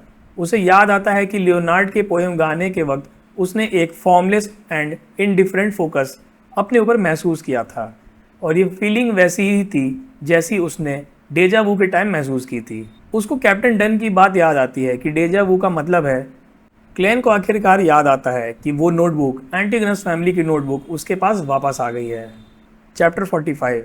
क्लैन को एहसास होता है कि एंटीगनस फैमिली किडनैपर्स के रूम के सामने वाले अपार्टमेंट में है। ये सोचकर वो तुरंत बेड से उठकर कपड़े पहनने लगता है। जल्दी में उसकी शर्ट के बटन्स गलत लग जाते हैं, जिस पर वो कॉजिटेशन टेक्निक्स का यूज़ करके खुद को शांत करता है। अपने रिवॉल्वर को हॉल्स्टर में रख के बिना बो टाई के अपना सूट, हैट और केन लेकर वो चुपके से घर से निकल जाता है। वो लिविंग रूम में एक नोट छोड़ता है जिसमें लिखा होता है कि उसे आज काम पर जल्दी जाना है। सुबह 6 बजे सड़कें खाली थीं और लाल चांदनी अभी तक पूरी तरह से गायब नहीं हुई थी। उसको एक पब्लिक कैरिज आते हुए दिखती है। वो हैरान होता है कि इतनी सुबह भी पब्लिक कैरिज चलती है। ड्राइवर से बातें करते हुए उसे पता चलता है कि उनके शिफ्ट्स होती हैं और उनकी अर्निंग बहुत कम है। जब कैरिज जाउटलैंड स्ट्रीट पहुंचती है, क्लैन जल्दी से उतरकर ब्लैकथॉर्न सिक्योरिटी कंपनी जाता है। दरवाज़ा बंद था तो अपनी चाबी से उसे खोलता है। अंदर लियोनार्ड मिचेल सिगरेट पीते हुए मिलते हैं। क्लैन उसे कैप्टन के बारे में पूछता है। लियोनार्ड बोलता है कि कैप्टन डन स्मिथ अपने ऑफिस में है। क्लैन तुरंत डन के पास जाता है और उसे सब कुछ बताता है। मुझे डेजा वू की फीलिंग आई, ये वो एंटीगोनस नोटबुक होनी चाहिए। क्लैन बताता है कि ये उसी बिल्डिंग में है जहां कल हमने हॉस्टेज को बचाया था, किडनैपर्स के रूम के सामने वाले अपार्टमेंट में। डन का एक्सप्रेशन सीरियस हो जाता है। वो तुरंत लियोनार्ड को इंस्ट्रक्शन देता है कि वो केनले को बुलाए और ओल्ड नील और फ्राई को भी उनके साथ आने को कहे। थोड़ी देर में पांचों नाइट हॉक्स एक कैरियज में उस बिल्डिंग की तरफ निकल पड़ते हैं। कैरियज में नील, क्लाइन, डन और कॉप्स कलेक्टर फ्राई बैठे थे। फ्राई की स्किन बहुत सफ़ेद थी और उसकी आंखों में उदासी थी। डन क्लैन से पूरी स्टोरी फिर से बताने को कहता है। क्लैन मिशन से लेकर अपने सपने तक सब कुछ डिटेल में बताता है। ओल्ड नील मुस्कुराते हुए कहता है कि क्लैन की किस्मत नोटबुक से जुड़ी हुई लगती है। बिल्डिंग पहुंचकर वो पांचों तीनों फ्लोर पर जाते हैं। क्लैन स्पिरिट विजन का यूज़ करके कंफर्म करता है कि नोटबुक बिल्डिंग के उसी अपार्टमेंट में है। नील भी कंफर्म करता है कि अंदर कोई नहीं है और फ्राई कहता है कि अंदर कोई भूत नहीं है। लियोनार्ड दरवाजे पर पंच मारता है और लॉक तोड़ देता है। जैसे ही दरवाजा खुलता है उन्हें एक बहुत ही गंदी सड़ी हुई लाश की स्मेल आती है। फ्राई बताता है कि ये एक रॉटिंग कॉप्स है, मतलब सड़ी हुई लाश है। डन दरवाजा खोलता है और उन्हें एक पुरानी औरत दिखती है जो रॉकिंग चेयर पर बैठी थी और जिसका सर नीचे झुका हुआ था। उसकी बॉडी काफ़ी बड़ी हो गई थी और उसकी स्किन ब्लैकिश ग्रीन हो चुकी थी। मैगट्स उसकी बॉडी और कपड़ों पर रेंग रहे थे। इस गंदी स्मेल को क्लैन से टॉयलेट नहीं हो पाता और वो उल्टी कर देता है। चैप्टर 46। क्लैन उल्टी कर रहा होता है क्योंकि उसने सुबह का नाश्ता नहीं किया था।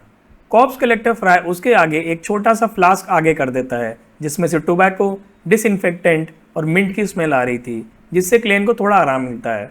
क्लैन उसका शुक्रिया करता है। फ्राई बिना कोई एक्सप्रेशन दिए कहता है जब आदत हो जाएगी तो ठीक हो जाएगा। फ्राई फिर उस सड़ी हुई लाश की एग्जामिनेशन बिना ग्लव्स के करने लग जाता है। डन स्मिथ और लियोनार्ड मिशेल रूम में घूमकर क्लूज ढूंढ रहे थे। नील अपनी नाक दबाकर दरवाजे के बाहर खड़ा था और वो बुदबुदा रहा था कि वो इस महीने एक्स्ट्रा पेमेंट मांगेगा। डन क्लेन से पूछता है कि क्या ये जगह उसे जानी पहचानी लगती है। स्पिरिट विजन स्टेट में होने की वजह से क्लेन को वहाँ का एटमॉस्फेयर जाना पहचाना लगता है। उसे अपने माइंड में एक सीन फ्लैश होता है। Chimney, rocking chair, table, newspapers, दरवाजे पर लगे नेल्स। उसे डेजा वू की फीलिंग आती है और उसके कानों में एक धीमी आवाज़ गूंजती है, हॉर्नासिस फ्लेग्रिया, हॉर्नासिस फ्लेग्रिया। ये सुनकर क्लेन हैरान हो जाता है क्योंकि ये हॉर्नासिस नाम उसे एंटीगोनस नोटबुक से याद था। वो डरता है कि अगर वो और सोचता है तो वो अपना कंट्रोल खो सकता है। लियोनार्ड बाहर जाकर पुलिस को बुलाता है। पुलिस आती है और लाश को आइडेंटिफाई करती है। उसका नाम कैटी स्टेफानिया बीवर था, जो एक 55-60 साल की विधवा थी। वो अपने बेटे रे बीबर के साथ यहाँ रहती थी। पुलिस ऑफिसर बताता है कि उन्हें एक हफ्ते से कोई नहीं दिखा। नाइट हॉक्स को तुरंत समझ आ जाता है कि रे बीबर भी लापता है। डन ओल्ड नील से रे बीबर का पोर्ट्रेट निकालने को कहता है जिससे उन्हें उसकी शक्ल पता चल जाए। नील कुछ पाउडर्स और लिक्विड्स का यूज़ करके एक रिचुअल करता है। अचानक एक तेज़ हवा चलती है और एक खतरनाक सी एनर्जी वहाँ फैल जाती है। नील अपनी आंखें बंद करके तेज़ी से एक पेपर पर रे बीबर का पोर्ट्रेट ड्रॉ करता है और उसके नीचे उसकी डिस्क्रिप्शन लिखता है, black hair, deep blue eyes, left of his mouth is a fully ceramic tooth implant. मतलब लेफ्ट साइड उसके एक सेरामिक टूथ लगा हुआ है। जब क्लेन रे का पोर्ट्रेट देखता है तो उसके फीचर्स बिल्कुल ऑर्डिनरी लगते हैं। क्लेन फिर रे के कपड़ों और उसके पोर्ट्रेट का यूज़ करके डाउजिंग रॉड सीकिंग की कोशिश करता है, लेकिन उसकी केन घूमने लगती है और कोई डायरेक्शन नहीं दे पाती। क्लेन को समझ आता है कि कोई अजीब पावर उसकी डिविनेशन में इंटरफेयर कर रही है। डन लियोनार्ड और क्लेन को रे बीबर का पोर्ट्रेट दिखाकर उसकी इन्फॉर्मेशन कंफर्म करने को कहता है। जब नेबर्स उसकी पहचान कंफर्म कर देते हैं तो डन रे के खिलाफ उसकी मां के मर्डर वारंट इशू करने को कहता है। क्लैन और ओल्ड नील ब्लैकथॉर्न सिक्योरिटी कंपनी वापस लौट जाते हैं। क्लैन नील से पूछता है कि उसने एंटीगोनस नोटबुक को रे बीवर के घर क्यों भिजवाया होगा। नील कहता है शायद उसकी किस्मत के नंबर नोटबुक की रिक्वायरमेंट से मैच करते हैं या शायद वो एंटीगोनस फैमिली का आखिरी डिसेंडेंट है। चैप्टर 47। नील एक्सप्लेन करता है कि रे बीवर के लापता होने और वारंट के इशू होने के बाद नाइट हॉक्स और सीक्रेट ऑर्डर का फोकस अब रे बीबर पर होगा। वो कहता है, lad, congratulations on stepping out from the shadow of the past. What follows will be the brand new journey filled with sunlight. Klein को यह सुनकर रिलीफ मिलता है, लेकिन उसे अंदर से अभी भी डर लगता है क्योंकि नोटबुक उससे कहीं ना कहीं से जुड़ चुकी थी। वो डरता है कि कहीं वो नोटबुक फिर से उसके पास ना आ जाए। अगली सुबह मिसेस ओरियाना आती हैं और उन्हें बताती हैं कि बटलर ने 200 पाउंड्स की कमीशन पे कर दी है। ओरियाना बताती है कि इसमें से हाफ फंड्स कंपनी को मिलेंगे और बाकी हाफ लियोनार्ड और क्लेन में बांटेंगे। क्लेन को इस हाफ का 10% मिलेगा, यानी 10 पाउंड्स। क्लेन ये सुनकर खुश होता है, लेकिन वो सोचता है कि 2 बियॉन्डर्स के लिए ये मिशन कितना आसान था। नील क्लेन से जलते हुए कहता है कि वो कितना लकी है क्योंकि उसे इतनी जल्दी इतनी बड़ी कमीशन मिल गई। क्लेन नील से पूछता है कि क्या उन्हें पैसों की दिक्कत है, जिस पर नील खुलकर बताता है कि उसे वीकली सैलरी 12 पाउंड्स मिलती है, जो काफ़ी अच्छी है, लेकिन एक बियॉन्डर होने के नाते उसे मटेरियल्स, रिचुअल्स और एक्सपेरिमेंट्स के लिए बहुत पैसों की ज़रूरत पड़ती है। क्लेन हैरान होता है कि बियॉन्डर मटेरियल्स को अंडरग्राउंड मार्केट्स में बेचा जाता है।